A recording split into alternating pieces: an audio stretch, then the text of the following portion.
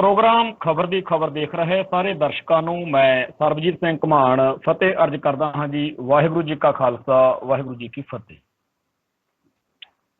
ਤੇ ਇੱਥੇ ਸਾਡੇ ਪੰਜਾਬ ਦੇ ਵਿੱਚ ਜਾਂ ਭਾਰਤ ਵਿੱਚ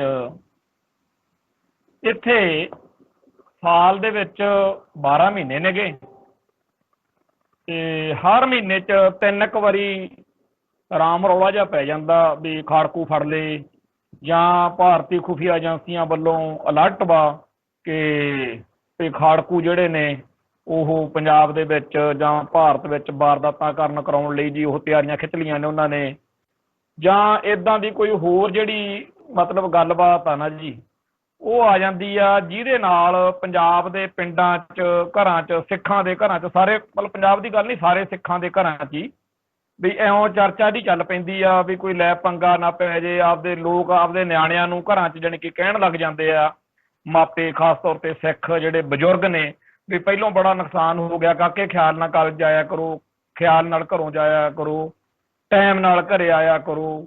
ਤੇ ਇਹ ਇੱਕ ਲਗਾਤਾਰ ਟੈਰਰ ਜਿਹੜਾ ਫੈਲਾਉਣ ਦੀ, ਸਿੱਖ ਮਨਾਂ ਦੇ ਵਿੱਚ ਸਦਾ ਲਈ ਦਹਿਲ ਪਾਈ ਰੱਖਣ ਦੀ ਜਿਹੜੀ ਵਿਉਂਤਬੰਦੀ ਆ, ਪਲੈਨਿੰਗ ਆ, ਇਹਦੇ ਬਾਰੇ ਅੱਜ ਚਰਚਾ ਕਰਨੀ ਆ। ਕਿਉਂਕਿ ਜਿਹੜੇ ਦਿੱਲੀ 'ਚ 2-3 ਮੁੰਡੇ ਦਿੱਲੀ ਜਿਹੜੀ ਸਪੈਸ਼ਲ ਸੈੱਲ ਵਾ ਉਹਨਾਂ ਨੇ ਫੜਿਆ, ਹਾਲਾਂਕਿ ਉਹਨਾਂ ਦੇ ਸਾਰਿਆਂ ਦੇ ਮਾਪੇ ਪਿੱਟਦੇ ਨੇ ਵੀ ਕੋਈ ਇਹੋ ਜਿਹੀ ਗੱਲਬਾਤ ਨਹੀਂ ਹੈਗੀ। ਠੀਕ ਆ, ਪੰਥਕ ਸੋਚ ਰੱਖਦੇ ਆ, ਜਿਵੇਂ ਹਰੇਕ ਬੰਦਾ ਸੋਸ਼ਲ ਮੀਡੀਆ ਦੇ ਉੱਤੇ ਆਪਦੇ ਪੰਥਕ ਜਜ਼ਬਾਤਾਂ ਦਾ ਪ੍ਰਗਟਾਵਾ ਕਰਦਾ, ਉਵੇਂ ਦੇ ਸਾਡੇ ਮੁੰਡੇ ਆ। ਜਿਵੇਂ ਹੋਰ ਲੋਕ ਸੰਤ ਭਿੰਡਰਾਂ ਵਾਲਿਆਂ ਦੇ ਜਾਂ ਖਾਲਿਸਤਾਨੀ ਸੰਘਰਸ਼ ਨਾਲ ਸੰਬੰਧਿਤ ਪੋਸਟਾਂ ਵਗੈਰਾ ਪਾਉਂਦੇ ਰਹਿੰਦੇ ਆ, ਉਵੇਂ ਇਹ ਪਾਉਂਦੇ ਨੇ। ਕੋਈ ਐਡੀ ਵੱਡੀ ਗੱਲ ਨਹੀਂ ਹੈਗੀ, ਕੋਈ ਮਤਲਬ ਇਹ ਕੋਈ ਖਾਸ ਗੱਲ ਨਹੀਂ ਹੈਗੀ। ਵੈਸੇ ਇਹ ਗੱਲ ਸਾਨੂੰ ਸਾਰਿਆਂ ਨੂੰ ਹੀ ਸਮਝ ਆ ਕਿ ਜਿਹੜਾ ਖਾਲਿਸਤਾਨ ਦਾ ਹਊਆ ਜਿਹੜਾ ਹੁੰਦਾ ਸੀ ਉਹ ਦਿਨੋਂ ਦਿਨ ਘਟਦਾ ਜਾ ਰਿਹਾ। ਦਿਨੋਂ ਦਿਨ ਲੋਕਾਂ ਦੇ ਪਹਿਲਾਂ ਖਾਲਿਸਤਾਨੀ ਕਹਿ ਕੇ ਲੋਕਾਂ ਨੂੰ ਮਤਲਬ ਬਦਨਾਮ ਕਰਨਾ ਜਾਂ ਮਾਰਨਾ ਜਾਂ ਘੇਰਨਾ, ਉਹਦੇ ਅੱਡ ਅੱਡ ਕਾਰਨ ਨੇ। ਆ ਸੋਸ਼ਲ ਮੀਡੀਆ ਦੇ ਆਉਣ ਤੋਂ ਬਾਅਦ ਤਾਂ ਬਹੁਤ ਜ਼ਿਆਦਾ ਮਤਲਬ ਕਿ ਇਹ ਗੱਲ ਸਿੱਧੀ ਜੀ ਹੋ ਗਈ ਵੀ ਐਡੀ ਕਿਹੜੀ ਗੱਲ ਆ ਵੀ ਜਿਵੇਂ ਹਿੰਦੁਸਤਾਨੀ ਹੋਣਾ, ਅਮਰੀਕੀ ਹੋਣਾ, ਕੈਨੇਡੀਅਨ ਹੋਣਾ, ਉਵੇਂ ਜੇ ਕੋਈ ਬੰਦਾ ਖਾਲਿਸਤਾਨੀ ਆ ਤਾਂ ਉਹਦੇ ਕੋਈ ਮਾੜੀ ਗੱਲ ਥੋੜ੍ਹੀ ਆ ਆਪਦੀ ਕੌਮ ਦੇ ਲਈ ਸੋਚਣਾ ਕਿੱਧਰੋਂ ਗੁਨਾਹ ਵਾ। ਤੇ ਹੁਣ ਇਹ ਜਿਹੜਾ ਖਾਲਿਸਤਾਨੀ ਫੜਿਆ, ਬੜੀ ਜਿਹੜੀ ਗੱਲ ਵਾ ਇੰਡੀਆ ਦੀ ਜਾਂ ਭਾਰਤੀ ਹਕੂਮਤੀ ਤੰਤਰ ਜਾਂ ਮੀਡੀਆ ਜਿਹੜਾ ਹੈਗਾ ਵੀ ਉਹ ਇੱਕ ਖਾਲਿਸਤਾਨੀ ਅੱਖਰ ਨੂੰ ਬਦਨਾਮ ਕਰਕੇ ਵੀ ਇਸ ਚੀਜ਼ ਦੇ ਬਾਰੇ ਹਊਆ ਕ੍ਰੀਏਟ ਕਰਨ ਦੇ ਯਤਨਾਂ 'ਚ, ਉਹ ਜਿਹੜੀ ਜਦੋਂ ਅਸੀਂ ਗੱਲ ਪੜ੍ਹਦੇ ਸੁਣਦੇ ਹਾਂ ਤਾਂ ਇੰਡੀਆ ਦੀਆਂ ਜਿਹੜੀਆਂ ਉਹ ਸੂਖਮ ਚਾਲਾਂ ਨੇ ਉਹਨਾਂ ਦੀ ਸਾਨੂੰ ਸਮਝ ਪੈਂਦੀ ਆ ਕਿ ਕੀ ਖੇਡਾਂ ਖੇਡੀਆਂ ਜਾ ਰਹੀਆਂ ਨੇ।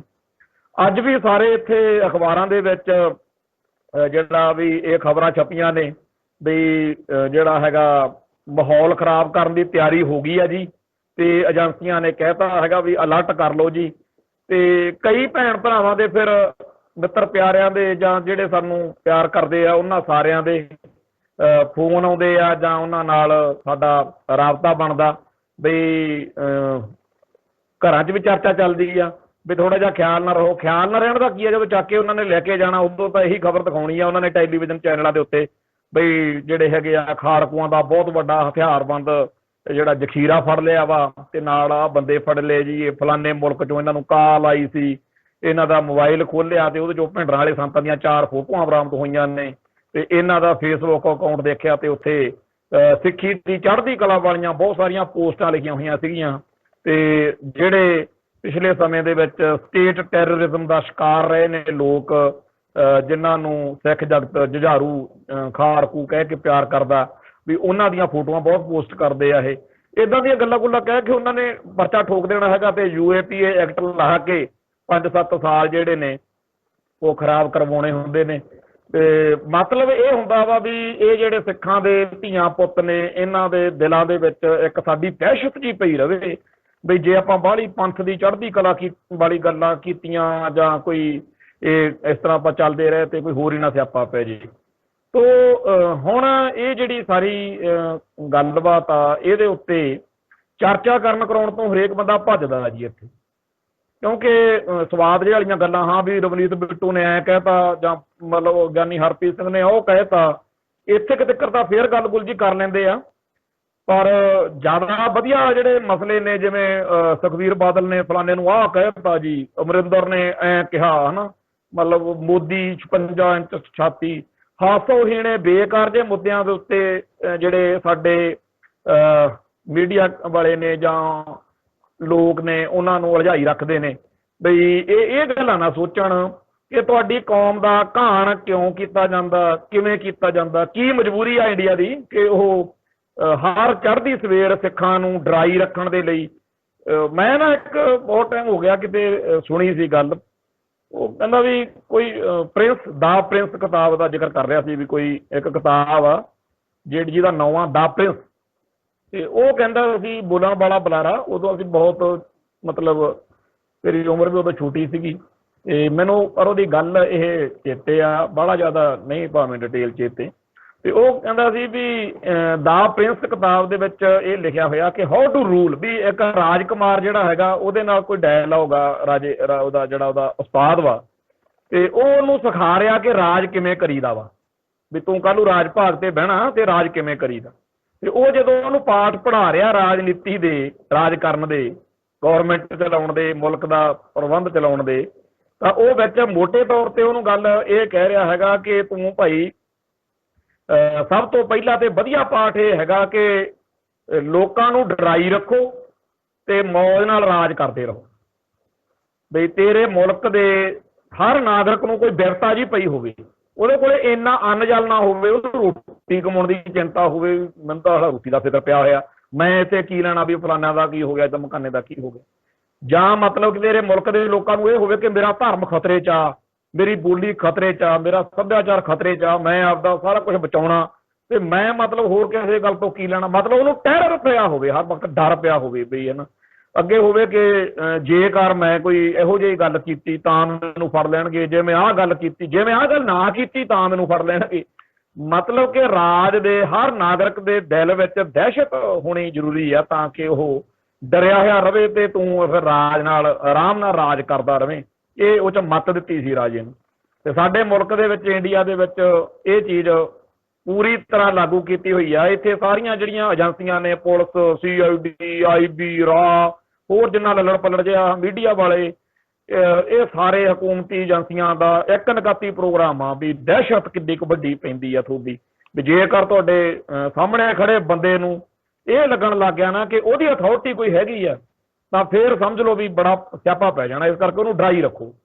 ਹੁਣ ਇਸੇ ਕਰਕੇ ਜਦੋਂ ਕੋਈ ਸਰਕਾਰੀ ਅਧਿਕਾਰੀ ਪਿੰਡ 'ਚ ਆਉਂਦਾ ਹੈ, ਉਹ ਸਾਡੇ ਪਿੰਡਾਂ 'ਚੋਂ ਹੀ, ਸਾਡੇ ਘਰਾਂ 'ਚੋਂ ਹੀ ਸਰਕਾਰੀ ਅਦਾਰਿਆਂ 'ਚ ਕੰਮ ਕਰਦੇ ਆ, ਪਰ ਉਹਨਾਂ ਦਾ ਆਮ ਲੋਕਾਂ ਪ੍ਰਤੀ ਕੁਰਸੀ ਉੱਤੇ ਬੈਠਣ ਤੋਂ ਬਾਅਦ ਜਦੋਂ ਸਰਕਾਰੀ ਅਧਿਕਾਰੀ ਬਣ ਜਾਂਦੇ ਨੇ, ਉਹਨਾਂ ਦਾ ਨਜ਼ਰੀਆ, ਉਹਨਾਂ ਦਾ ਰਵੱਈਆ, ਉਹਨਾਂ ਦੀ ਪ੍ਰਤੀਕਿਰਿਆ, ਉਹਨਾਂ ਦਾ ਦੇਖਣਾ ਤੇ ਉਹਨਾਂ ਦਾ ਸਾਰਾ ਕੁਝ ਹੀ ਮਤਲਬ ਬਦਲ ਜਾਂਦਾ। ਜੇ ਕੋਈ ਪੁਲਿਸ ਵਿੱਚ ਆ, ਮੰਨ ਲਓ ਕੋਈ ਕਿਸੇ ਦਾ ਰਿਸ਼ਤੇਦਾਰ, ਤੇ ਜੇਕਰ ਉਹ ਕਿਸੇ ਵਿਆਹ ਸ਼ਾਦੀ ਤੇ ਆਵੇ ਤੇ ਜਿਨ੍ਹਾਂ ਦਾ ਉਹ ਜਵਾਈ ਆ ਜਾਂ ਜਿਨ੍ਹਾਂ ਦਾ ਚਾਚਾ ਵਾ, ਜਿਨ੍ਹਾਂ ਦਾ ਉਹ ਫੁੱਫੜ ਵਾ ਜਾਂ ਹੋਰ ਆ, ਉਹ ਦੇਖਦੇ ਆ ਵੀ ਜਿਹੜਾ ਸਾਡਾ ਦੂਜਾ ਜਵਾਈ ਆ ਜਾਂ ਸਾਡਾ ਦੂਜਾ ਚਾਚਾ ਜਾਂ ਦੂਜਾ ਸਾਡਾ ਤਾਇਆ ਜਾਂ ਕੋਈ ਫੁੱਫੜ ਮਾਸੜ ਮਾਮਾ ਹੈ, ਜਿਹੜਾ ਆਮ ਨੌਕਰੀ ਨਹੀਂ ਕਰਦਾ, ਕੋਈ ਸਰਕਾਰੀ ਤੇ ਖੇਤੀਪੱਤੀ ਕਰਦਾ, ਵੀ ਉਹਦੇ ਸੁਭਾਅ ਤੋਂ ਵਿਹਾਰ ਦੇ ਵਿੱਚ ਉਹਦੇ ਸਾਰੇ ਜਿਹੜਾ ਇਹਦੇ ਵਿੱਚ ਕੀ ਕੁਛ ਵਾ ਤੇ ਇਹਦੇ ਵਿੱਚ ਕੀ ਗਾ, ਉਹ ਕੀ ਹੁੰਦਾ ਉਹਦੇ ਵਿੱਚ, ਬਈ ਉਹ ਹਮੇਸ਼ਾ ਹੀ ਜਿਹੜਾ ਤੜੀ ਜੀ 'ਚ ਰਹੂ ਪੁਲਿਸ ਵਾਲਾ। ਉਹਨੇ ਹਮੇਸ਼ਾ ਮਤਲਬ ਆਪਦੇ ਆਪ ਨੂੰ ਦਿਖਾਉਣਾ ਕਿ ਆਈ ਐਮ ਦਾ, ਮਤਲਬ ਮੈਂ ਕੋਈ ਵੱਡੀ ਤੋਪ ਆ, ਵੀ ਐਵੇਂ ਮੈਨੂੰ ਖਾਸ ਸਮਝੋ, ਮੈਨੂੰ ਕੋਈ ਐਵੇਂ ਆਲੂ ਚਾਲੂ ਚੀਜ਼ ਨਾ ਸਮਝ, ਖਾਸ ਮੈਂ ਸਰਕਾਰੀ ਬੰਦਾ, ਸਾਡੀ ਚੱਲਦੀ ਹੈ। ਕੋਈ ਬਿਰਲਾ ਹੀ ਹੁੰਦਾ ਜਿਹੜਾ ਮਤਲਬ ਏਦਾਂ ਦੀ ਆਦਤ ਨਾ ਹੋਵੇ, ਕੋਈ ਹੁੰਦੇ ਆ ਬੰਦੇ, ਪਰ ਹਰ ਸਰਕਾਰੀ ਮੁਲਾਜ਼ਮ ਆਪਦੇ ਘਰਦਿਆਂ ਵਿੱਚ, ਆਪਦੇ ਆਲੇ ਦੁਆਲੇ ਵਿੱਚ, ਖਾਸ ਤੌਰ ਤੇ ਜਦੋਂ ਉਹਦੇ ਵਰਦੀ ਬੁੱਤੀ ਪਾਈ ਹੋਵੇ, ਨੌਕਰੀ ਤੇ ਹੋਵੇ, ਡਿਊਟੀ ਤੇ ਹੋਵੇ, ਜਾਂ ਕੋਈ ਵੈਸੇ ਜਿੱਥੇ ਵਰਦੀ ਨਹੀਂ ਵੀ ਪਾਈ ਜਾਂਦੀ, ਜਿਹੜੇ ਉਸ ਤਰ੍ਹਾਂ ਦੇ ਸਰਕਾਰੀ ਅਦਾਰੇ ਨੇ, ਤੇ ਉਹਨੂੰ ਸਰਕਾਰੀ ਅਫਸਰ ਹੋਣ ਦਾ ਇੱਕ ਇਹੋ ਜਿਹਾ ਗਰੂਰ, ਮਤਲਬ ਇਹੋ ਜਿਹਾ ਗਰੂਰ ਅੱਖਰ ਵੀ ਮਤਲਬ ਛੋਟਾ ਅੱਖਰ ਲੱਗਦਾ, ਹੈਂਕੜ ਲਾ ਲਓ, ਹੰਕਾਰ ਲਾ ਲਓ, ਜੋ ਮਰਜ਼ੀ ਲਾ ਲਓ, ਪਤਾ ਨਹੀਂ ਕੀ ਹੁੰਦਾ, ਜਾਣੀ ਕਿ ਉਹ ਬੰਦਾ ਫਿਰ ਸਾਹਮਣੇ ਖੜੇ ਬੰਦੇ ਨੂੰ ਬੰਦਾ ਨਹੀਂ ਸਮਝਦਾ। ਇੱਥੇ ਸਾਡੇ ਸੋਸ਼ਲ ਮੀਡੀਆ ਆਉਣ ਤੋਂ ਬਾਅਦ ਹਜ਼ਾਰਾਂ ਇਹੋ ਜਿਹੀਆਂ ਘਟਨਾਵਾਂ ਜਾਂ ਵੀਡੀਓਜ਼ ਜਾਂ ਫੋਟੋਜ਼ ਆਉਂਦੀਆਂ ਨੇ ਪੰਜਾਬ ਵਿੱਚ। ਤਾਂ ਚਲੋ ਇੱਥੇ ਕਿਉਂਕਿ ਬਾਬੇ ਨਾਨਕ ਦੇ ਧਾਰਮਿਕ ਸਮਾਜਿਕ ਸੱਭਿਆਚਾਰਕ ਇਨਕਲਾਬ ਜਿਹੜਾ ਸਿੱਖ ਇਨਕਲਾਬ ਆਇਆ ਉਹਦੀ ਕਰਕੇ ਇੱਥੇ ਕਾਫੀ ਫਰਕ ਵਾ। ਇੱਥੇ ਵੀ ਆ ਬਿਮਾਰੀ, ਪਰ ਬਾਹਰਲੇ ਸੂਬਿਆਂ 'ਚ ਤਾਂ ਜਿਹੜਾ ਸਰਕਾਰੀ ਅਧਿਕਾਰੀ ਆ ਨਾ ਉਹਦੇ ਸਾਹਮਣੇ ਮਤਲਬ ਕਿਸੇ ਕੰਮ ਨੂੰ ਆਇਆ ਹੋਇਆ ਬੰਦਾ ਉਹਦਾ ਖੜਨ ਬੈਠਣ ਦਾ ਅੰਦਾਜ਼ ਵੀ ਹਜ਼ੂਰ ਮਾਈ ਬਾਪ ਅਸੀਂ ਤਾਂ ਤੁਹਾਡੇ ਮਥਾਜ ਆ ਜੀ, ਆ ਮਾੜੇ ਜੀ ਘੁੱਗੀ ਮਾਰ ਦਿੰਦੇ ਤੇ ਉਹਦੀਆਂ ਮਿਹਨਤਾਂ ਤਰਲੇ ਤੇ ਉਹਦਾ ਅੰਦਾਜ਼ ਕਹਾਂ ਦੇਖਣ ਵਾਲਾ। ਜਿਹੜੀਆਂ ਭਾਰਤੀ ਫਿਲਮਾਂ ਬਣਦੀਆਂ ਜੋ ਇਹਦੇ 'ਚ ਦਿਖਾਇਆ ਜਾਂਦਾ ਅਫਸਰਾਂ ਦਾ, ਲੀਡਰਾਂ ਦਾ, ਸਿਆਸਤਦਾਨਾਂ ਦਾ, ਇਹਦਾ ਕੁਝ ਵੀ ਨਹੀਂ। ਇਹਦੇ ਨਾਲ ਤਾਂ ਕਰੋੜਾਂ ਗੁਣਾ ਉਹ ਲੋਕ ਕਸ਼ਟ ਭੋਗਦੇ ਆ ਜਿਹੜੇ ਇੱਥੇ ਹੈਗੇ ਆ। ਤੇ ਉਹਨਾਂ ਲੋਕਾਂ ਦੀ ਜਾਣੀ ਕਿ ਮੁਕਤੀ ਦਾ ਜਾਂ ਉਹਨਾਂ ਲੋਕਾਂ ਨੂੰ ਇਸ ਚੋਂ ਕੱਢਣ ਦਾ ਕੋਈ ਕਿਸੇ ਕੋਲੇ ਨਾ ਉਹਨਾਂ ਦੀ ਗੱਲ ਕਰਨ ਦਾ ਕੋਈ ਵਿਸ਼ਾ ਹੀ ਨਹੀਂ ਹੈਗਾ, ਕਿਉਂਕਿ ਉਹ ਕਹਿੰਦੇ ਇਹ ਜੇ ਆਜ਼ਾਦ ਹੋ ਗਏ ਜਾਂ ਇਹਨਾਂ ਨੂੰ ਉਵੇਂ ਦਾ ਮਾਹੌਲ ਦੇ ਦਿੱਤਾ ਜਿਵੇਂ ਵਿਦੇਸ਼ਾਂ ਦੇ ਵਿੱਚ ਉੱਥੋਂ ਦੇ ਨਾਗਰਿਕ ਜਿਹੜੇ ਮਨੁੱਖੀ ਆਜ਼ਾਦੀਆਂ ਮਾਣਦੇ ਆ, ਆਪਦੇ ਹੱਕਾਂ ਨੂੰ ਮਾਣਦੇ ਆ, ਵੀ ਇੱਥੇ ਜੇ ਇਹਨਾਂ ਨੂੰ ਦੇਤਾ ਪਤਾ ਨਹੀਂ ਕੀ ਕਹਿਰ ਹੋ ਜਾਣਾ ਹੈਗਾ, ਫਿਰ ਅਸੀਂ ਰਾਜ ਕਿਤੇ ਕਰਾਂਗੇ। ਇਹ ਤਾਂ ਲੋਕ ਸਾਡੇ ਮੂਹਰੇ ਇਸੇ ਕਰਕੇ ਹੁਣ ਸਾਡੇ ਜਿਹੜੀ ਆਪਾਂ ਪਹਿਲੋਂ ਗੱਲ ਕਹਿ ਕੇ ਹਟਿਆ, ਚਲੋ ਉਹਦੇ ਹੁਣ ਉਲਟ ਗੱਲ ਆਪਾਂ ਕਰਦੇ ਹਾਂ। ਮੈਂ ਕਹਿੰਦਾ ਪੰਜਾਬ ਦਾ ਫਰਕ ਆ, ਪਰ ਪੰਜਾਬ ਦੇ ਵਿੱਚ ਵੀ ਹੁਣ ਇੱਥੇ ਕਹਿੰਦੇ ਆ ਵੀ 20 ਰੁਪਏ ਕਿਲੋ ਦਾਲ ਦੇ ਦੇਵਾਂਗੇ ਜੀ, 4 ਰੁਪਏ ਕਿਲੋ ਆਟਾ ਦੇ ਦਾਂਗੇ। ਮਤਲਬ ਪੰਜਾਬ ਜਿਹੜਾ ਅਣਖ ਤੇ ਗੈਰਤ ਵਾਲਿਆਂ ਦਾ, ਹੁਣ ਜਿਹੜਾ ਵੋਟਰ ਵਾ ਜਿਹਨੇ ਸਰਕਾਰ ਚੁਣਨੀ ਹੈ, ਜੇ ਉਹ ਇੰਨਾ ਹੀ ਭਿਖਾਰੀ ਜੀ ਮਾਨਸਿਕਤਾ ਚ ਹੋਊਗਾ ਵੀ ਮਤਲਬ ਬੋਤਲ ਦਾਰੂ ਦੀ ਲੈ ਕੇ ਵੋਟ ਪਾਉਣ ਵਾਲਾ, ਹੁਣ ਬੋਤਲ ਤਾਂ ਸਾਰੇ ਸੰਸਾਰ ਵਿੱਚ ਹੀ ਦੁਨੀਆ ਪੀਂਦੀ ਆ, ਸ਼ਰਾਬ ਪੀਂਦੀ ਆ ਦੁਨੀਆ, ਪੀਣ ਵਾਲੇ ਪੀਂਦੇ ਹੀ ਨੇ। ਪਰ ਪੰਜਾਬ ਦੇ ਵਿੱਚ ਜਿਹੜੀ 5 ਸਾਲ ਰਾਜ ਕਰਨ ਵਾਲੀ ਸਰਕਾਰ ਚੁਣਨੀ ਆ, ਉਹਦੇ ਲਈ ਇੱਕ ਬੋਤਲ ਮਤਲਬ ਉਹਦੀ ਕੀਮਤ ਆ। ਤੇ ਇੱਥੇ ਫਿਰ ਜਿਹੜੀਆਂ ਲੋਕ ਬੋਲੀਆਂ ਪਾਉਂਦੇ ਨੇ ਵੀ ਭੇਡ ਵਿਕਦੀ 1760 ਦੀ ਤੇ 250 ਨੂੰ ਵੋਟ ਵਿਕਦੀ, ਵੀ 250 ਰੁਪਏ ਚ ਵੋਟ ਖਰੀਦੀ ਜਾਂਦੀ ਆ ਤੇ ਜਿਹੜੀ ਭੇਡ ਆ ਉਹਦੀ ਕੀਮਤ ਹਾਲਾਂਕਿ ਜ਼ਿਆਦਾ। ਸੋ ਇਸ ਮੁਲਕ ਦਾ ਜਿਹੜਾ ਸਮੁੱਚਾ ਸਿਸਟਮ ਆ ਉਹ ਲੋਕਾਂ ਦੀ ਵੋਟ ਨੂੰ ਖਰੀਦ ਕੇ ਸੱਤਾ ਵਿੱਚ ਆਏ ਹੋਏ ਉਹ ਲੋਕ ਸਰਕਾਰ ਹੁੰਦੇ ਆ, ਜਿਨ੍ਹਾਂ ਲੋਕਾਂ ਨੇ ਆਪਦੇ ਫਿਰ ਮਨਮਰਜ਼ੀ ਦੇ ਫੈਸਲੇ ਥੋਪਣੇ ਹੁੰਦੇ ਆ। ਤੇ ਜੇ ਕੋਈ ਬੜੀ ਚੂੰ ਚੀ ਕਰੇ, ਉਹਨਾਂ ਗੰਦੇ ਭੈੜੇ ਤੇ ਨੀਚ ਕਿਸਮ ਦੇ ਫੈਸਲਿਆਂ ਦੀ ਆਲੋਚਨਾ ਕਰੇ, ਉਹਨੂੰ ਕਹਿੰਦੇ ਆ ਜਿਹੜਾ ਪਾਕਿਸਤਾਨ ਦਾ ਏਜੰਟ ਆ, ਇਹ ਦੇਸ਼ ਧਰੋਹੀ ਹੈ। ਹੁਣ ਆ ਜਿਹੜਾ ਚੱਲਿਆ ਪਿਛਲੇ ਹਫ਼ਤੇ 10 ਦਿਨ ਤੋਂ ਜਦੋਂ ਤੋਂ ਚਾਈਨਾ ਨੇ ਕੀਤਾ ਅਟੈਕ ਤੇ 20 ਫੌਜੀਆਂ ਦੀ ਹੋ ਗਈ ਡੈਥ, ਉਦੋਂ ਬਾਅਦ ਵਿੱਚ ਸੋਸ਼ਲ ਮੀਡੀਆ ਉੱਤੇ ਬੜਾ ਇਹ ਗੱਲ ਦਾ ਚਰਚਾ ਤਾਂ ਸਾਰੇ ਦੇਖ ਰਹੇ ਆ ਵੀ ਲੋਕ ਕਹਿੰਦੇ ਨੇ ਕਿ ਹੁਣ ਸਿੱਖਾਂ ਨੂੰ ਕਾਹਤੋਂ ਮੂਹਰੇ ਕੀਤਾ ਹੋਇਆ। ਐਤਕੀ ਪਹਿਲੀ ਵਾਰ ਸੋਸ਼ਲ ਮੀਡੀਆ ਉੱਤੇ ਮੈਂ ਇਹ ਚੀਜ਼ ਨੋਟ ਕੀਤੀ ਕਿ ਬਹੁਤ ਵੱਡੇ ਪੱਧਰ ਦੇ ਉੱਤੇ ਲੋਕ ਹੁਣ ਅੱਗੇ ਨਾਲੋਂ ਆਜ਼ਾਦ ਹੋ ਕੇ ਆਪਦੀ ਗੱਲ ਕਹਿ ਰਹੇ ਨੇ ਕਿ 1947 ਤੋਂ ਹੁਣ ਤੱਕ ਤੁਸੀਂ ਸਾਡੀ ਹੋਂਦ ਹਸਤੀ ਮਟਾਉਣ ਤੇ ਤਾਂ ਲੱਕ ਬੰਨਿਆ ਹੋਇਆ, ਤੁਸੀਂ ਹਰ ਹਰਬਾ ਵਰਤ ਕੇ ਸਾਨੂੰ ਬਦਨਾਮ ਸਾਰੀ ਦੁਨੀਆ ਵਿੱਚ ਪੱਗਾੜੇ ਦੇ ਦਾੜੇ ਵਾਲੇ। ਪਿੱਛੇ ਜੇ ਇੱਕ ਸੁਪਰੀਮ ਕੋਰਟ ਦਾ ਜੱਜ ਪੁੱਛਦਾ ਫਿਰਦਾ ਸੀ, ਆਖਿਆ ਦੱਸੋ ਤੁਸੀਂ ਪੱਗ ਰੱਖਣੀ ਕਾਹਦੋਂ, ਪੱਗ ਕਿੰਨੇ ਮੀਟਰ ਦੀ ਹੋਵੇ ਜਾਂ ਕਿੰਨੀ ਵੱਡੀ ਹੋਵੇ, ਇਹ ਤਾਂ ਗੱਲ ਬਾਅਦ ਵਿੱਚ, ਰੱਖਣੀ ਕਾਹਦੋਂ ਆ ਕਹਿੰਦੇ ਪੱਗ ਦੀ ਮਤਲਬ। ਤੇ ਹੁਣ ਜਦੋਂ ਪੈ ਗਿਆ ਚਾਈਨਾ ਨਾਲ ਪੰਗਾ ਤੇ ਹੁਣ ਪੱਗਾਂ ਵਾਲੇ ਮੂਹਰੇ ਕਰਤੇ। ਇਹ ਪਿਛਲੇ ਦਿਨਾਂ 'ਚ ਚਰਚਾ ਬੜੀ ਚੱਲੀ ਵੀ ਹੁਣ ਆਹ ਜਿਹੜਾ ਖਾਲਸਾਈ ਝੰਡਾ ਇਹ ਤੁਹਾਨੂੰ ਹੁਣ ਨਹੀਂ ਚੁੱਭਦਾ। ਪਿੱਛੇ ਜੇ ਹਰਿਦੁਆਰ ਵਿੱਚ ਦੀ ਯੂਪੀ ਵਿੱਚ ਦੀ ਲੰਘਦੇ ਸੀਗੇ ਜਦੋਂ ਜਿਹੜੇ ਜਾਂਦੇ ਆ ਲੋਕ ਹੇਮਕੁੰਟ ਨੂੰ, ਉਹਨਾਂ ਦੀਆਂ ਗੱਡੀਆਂ ਤੋਂ ਝੰਡੇ ਲਹਾ ਰਹੀ ਸੀ ਪੁਲਿਸ। ਇਸ ਪੱਗ ਨੂੰ ਜਾਂ ਪੱਗ ਵਾਲਿਆਂ ਨੂੰ, ਦਾੜੇ ਵਾਲਿਆਂ ਨੂੰ ਸਾਰੇ ਇੰਡੀਆ ਦੇ ਵਿੱਚ 1984 ਚ ਗਲਾਂ 'ਚ ਟਾਇਰ ਪਾ ਕੇ ਲੱਭ ਕੇ ਸਾੜਦੇ ਫਿਰਦੇ ਸੀ। ਉਹ ਤਾਂ ਪੁਰਾਣੀਆਂ ਗੱਲਾਂ, ਹੁਣ ਆਹ ਅਜੇ 15 ਦਿਨ ਨਹੀਂ ਕੀਤੇ ਹੈਗੇ, ਉਹ 20 ਜਾਣੇ ਜਿਹੜੇ ਉੱਥੇ ਹੋਇਆ ਕੰਮ, ਆ ਹੁਣ ਫੇਰ ਆ ਕੱਲ 3-4 ਟੰਗ। ਉਹ ਤਾਂ ਤੁਹਾਨੂੰ ਸਿੱਖ ਜਿਹੜੇ ਨੇ ਉਹ ਪ੍ਰਵਾਨ ਨਹੀਂ, ਸਿੱਖੀ ਪ੍ਰਵਾਨ ਨਹੀਂ, ਪੱਗਾਂ ਪ੍ਰਵਾਨ ਨਹੀਂ, ਦਾੜੇ ਪ੍ਰਵਾਨ ਨਹੀਂ।